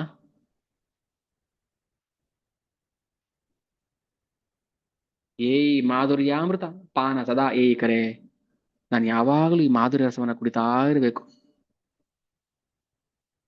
ಎಷ್ಟು ಕುಡಿದ್ರು ಬಾಯಾರಿಕೆ ಆರ್ತಾ ಇಲ್ಲ, ಇನ್ನೂ ಜಾಸ್ತಿ ಆಗುತ್ತೆ. ಕುಡಿದಷ್ಟು ಬಾಯಾರಿಕೆ ಜಾಸ್ತಿ ಆಗುತ್ತೆ. ಈಗ ನಾವು ನೀರು ಕುಡಿದ್ರೆ ಬಾಯಾರಿಕೆ ಹಿಂಗೋಗ್ಬಿಡುತ್ತೆ, ಸಾಕಪ್ಪ ಅನ್ಸ್ಬಿಡುತ್ತೆ. ಯಾವುದೇ ಫ್ರೂಟ್ ಜ್ಯೂಸ್ ಕುಡಿತಾರೆ, ಎಷ್ಟು ಕುಡಿದ್ರು ಒಂದು ಗ್ಲಾಸ್ ಕುಡಿಬೋದು, 2 ಗ್ಲಾಸ್ ಕುಡಿಬೋದು, ಆಮೇಲೆ ಸಾಕಪ್ಪ ಅನ್ಸ್ಬಿಡುತ್ತೆ. ಇದು ಹಂಗಲ್ಲ. ತೃಷ್ಣ ಶಾಂತಿ ನಹೇ. ತೃಷ್ಣ ಅಂದ್ರೆ ಹಸಿವು, ಬಾಯಾರಿಕೆ.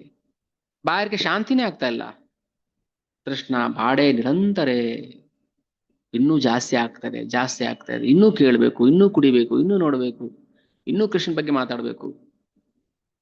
ನಾನು ಯಾವಾಗ್ಲೂ ಇಲ್ಲ, ಇವತ್ತು ಒಂದು ಅರ್ಧ ಗಂಟೆ ಮಾಡೋಣ, 3/4 ಗಂಟೆ ಮಾಡೋಣ, 1 ಅವರ್ ಮಾಡಿ ನಿಲ್ಸ್ಬೇಡ ಅಂತ ಅನ್ಕೊಂಡೇ ಮಾಡ್ತಿರ್ತೀನಿ.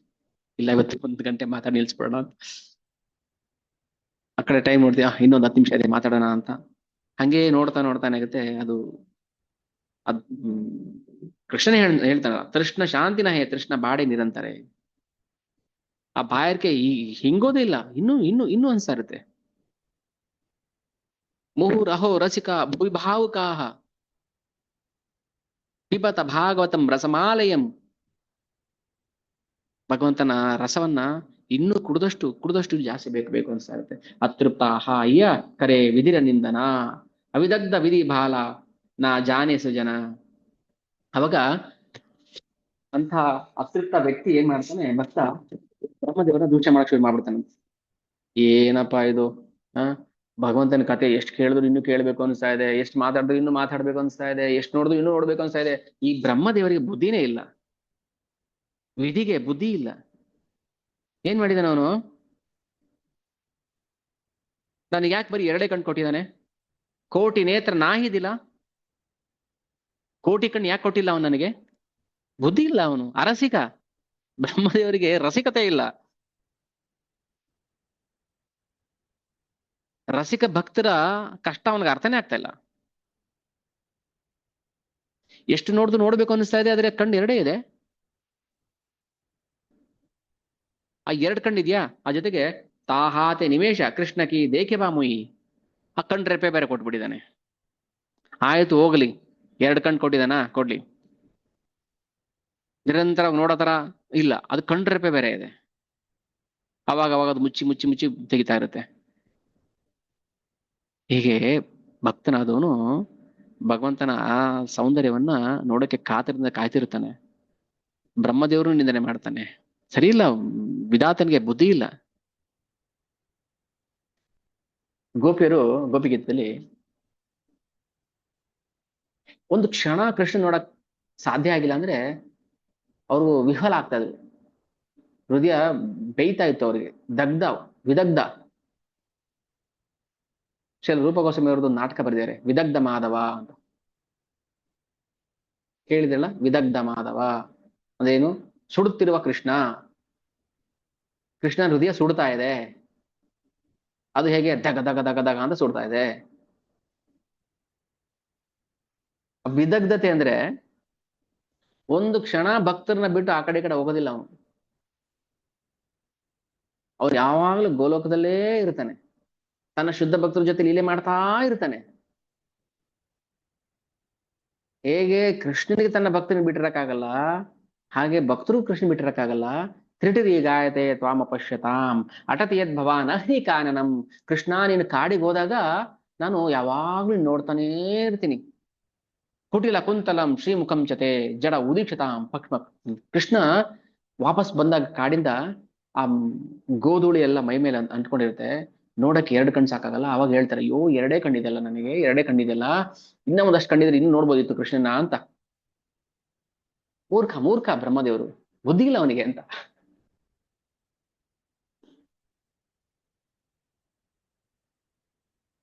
ವಿದಗ್ಧ, ಅದೇ ದಗ್ಧ ಅಂತ ಹೇಳೋದು. ಅಯ್ಯೋ ಸಾಕಾಗ್ತಾ ಇಲ್ವಲ್ಲ, ಸಾಕಾಗ್ತಾ ಇಲ್ವಲ್ಲ,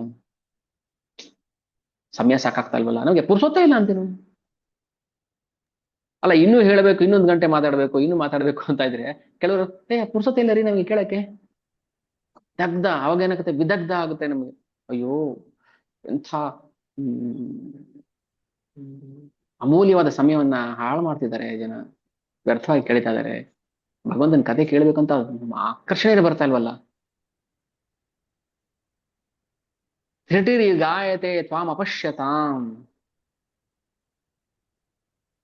ತ್ರುಟಿ ಅಂದ್ರೆ ಒಂದು ಸಣ್ಣ ಕಾಲದ ಸಣ್ಣ ಭಾಗ, ಒಂದು ಸಣ್ಣ ಕಾಲ, ಒಂದು ಕ್ಷಣನೂ ಕೂಡ ಅದು ನಮಗೆ ಯುಗ ಯುಗ ತರ ಕಾಣಿಸ್ಬಿಡುತ್ತೆ. ತ್ವಾಂ ಅವಶ್ಯತಾಂ, ಅಪಶ್ಯತಾಂ ಅಂದ್ರೆ ನಿನ್ನ ನೋಡದೆ. ವಿದಗ್ಧ, ರಸಾಸ್ವಾದನೆ ಮಾಡಬೇಕು, ಭಗವಂತನ ಕಥೆಯನ್ನು ಕೇಳಬೇಕು, ಆನಂದ ಪಡಬೇಕು.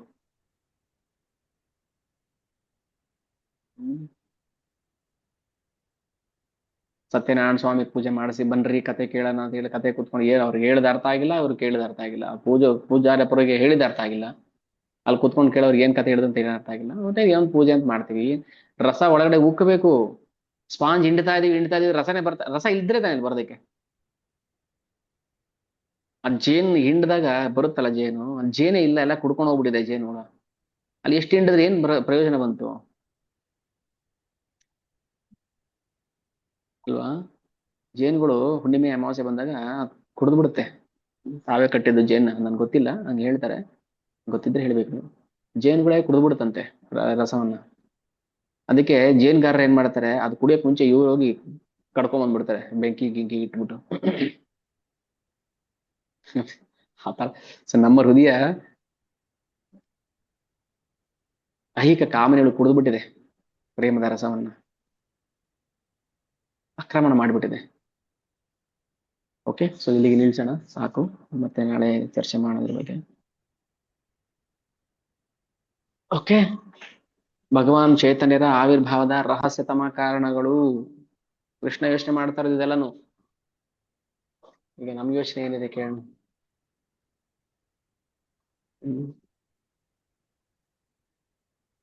ಓಕೆ, ಏನಾದ್ರು ಪ್ರಶ್ನೆಗಳಿದೆಯಾ ಅಥವಾ ಏನಾದ್ರು ಹೇಳೋದಿದ್ರೆ?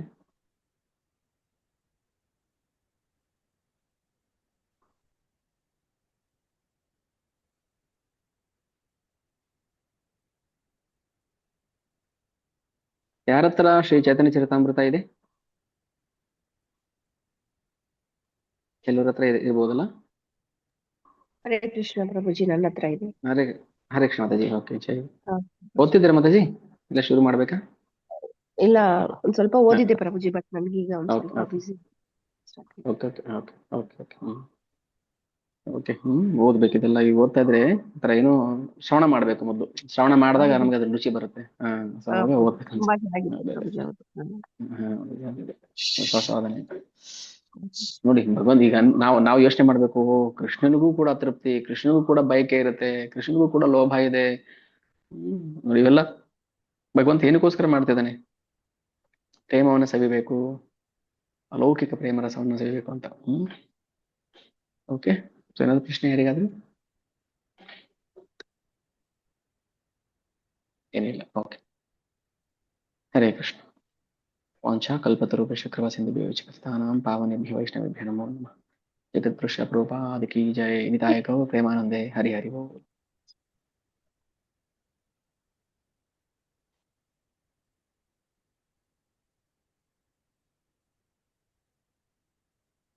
ಓಕೆ, ಎಂಡ್ ಮಾಡೋಣ.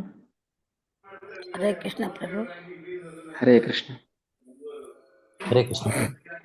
ಹರೇ ಕೃಷ್ಣ ಪ್ರಭು. ಹರೇ ಕೃಷ್ಣ ಪ್ರಭು, ಧನ್ಯವಾದಗಳು. ಹರೇ ಕೃಷ್ಣ. ಹರೇ ಕೃಷ್ಣ ಮಾತಾಜಿ, ಧನ್ಯವಾದ ಧನ್ಯವಾದ. ಹರೇ ಹರೇ ಕೃಷ್ಣ ಕೃಷ್ಣ. ಪ್ರಭುಜಿ. ಹರೇ ಹರೇ ಕೃಷ್ಣ. ಕೃಷ್ಣ ಪ್ರಭು, ಥ್ಯಾಂಕ್ ಯು ಪ್ರಭುಜಿ. ಹರೇ ಕೃಷ್ಣ. ಥ್ಯಾಂಕ್ ಯು ಮಾತಾಜಿ. ಹರೇ ಕೃಷ್ಣ. ಹರೇ ಜೈ ಜೈ. ಹರೇ ಹರೇ ಕೃಷ್ಣ. ಕೃಷ್ಣ ಪ್ರಭು. ಹರೇ ಕೃಷ್ಣ ಮಾತಾಜಿ. ಹರೇ ಕೃಷ್ಣ. ಹರೇ ಕೃಷ್ಣ ಪ್ರಭು. ಹರೇ ಕೃಷ್ಣ. ಹರೇ ಕೃಷ್ಣ ಪ್ರಭು. ಹರೇ ಕೃಷ್ಣ. ಹರೇ ಕೃಷ್ಣ. ಹರೇ ಕೃಷ್ಣ. ಹರೇ ಕೃಷ್ಣ ಪ್ರಭು, ಪ್ರಣಾಮ್ ಪ್ರಭು. ಹರೇ ಕೃಷ್ಣ. ಹರೇ ಕೃಷ್ಣ ಮಾತಾಜಿ, ಪ್ರಣಾಮ. ಹರೇ ಕೃಷ್ಣ ಪ್ರಭುಗಳೇ. ಹರೇ ಕೃಷ್ಣ. ಹರೇ ಕೃಷ್ಣ.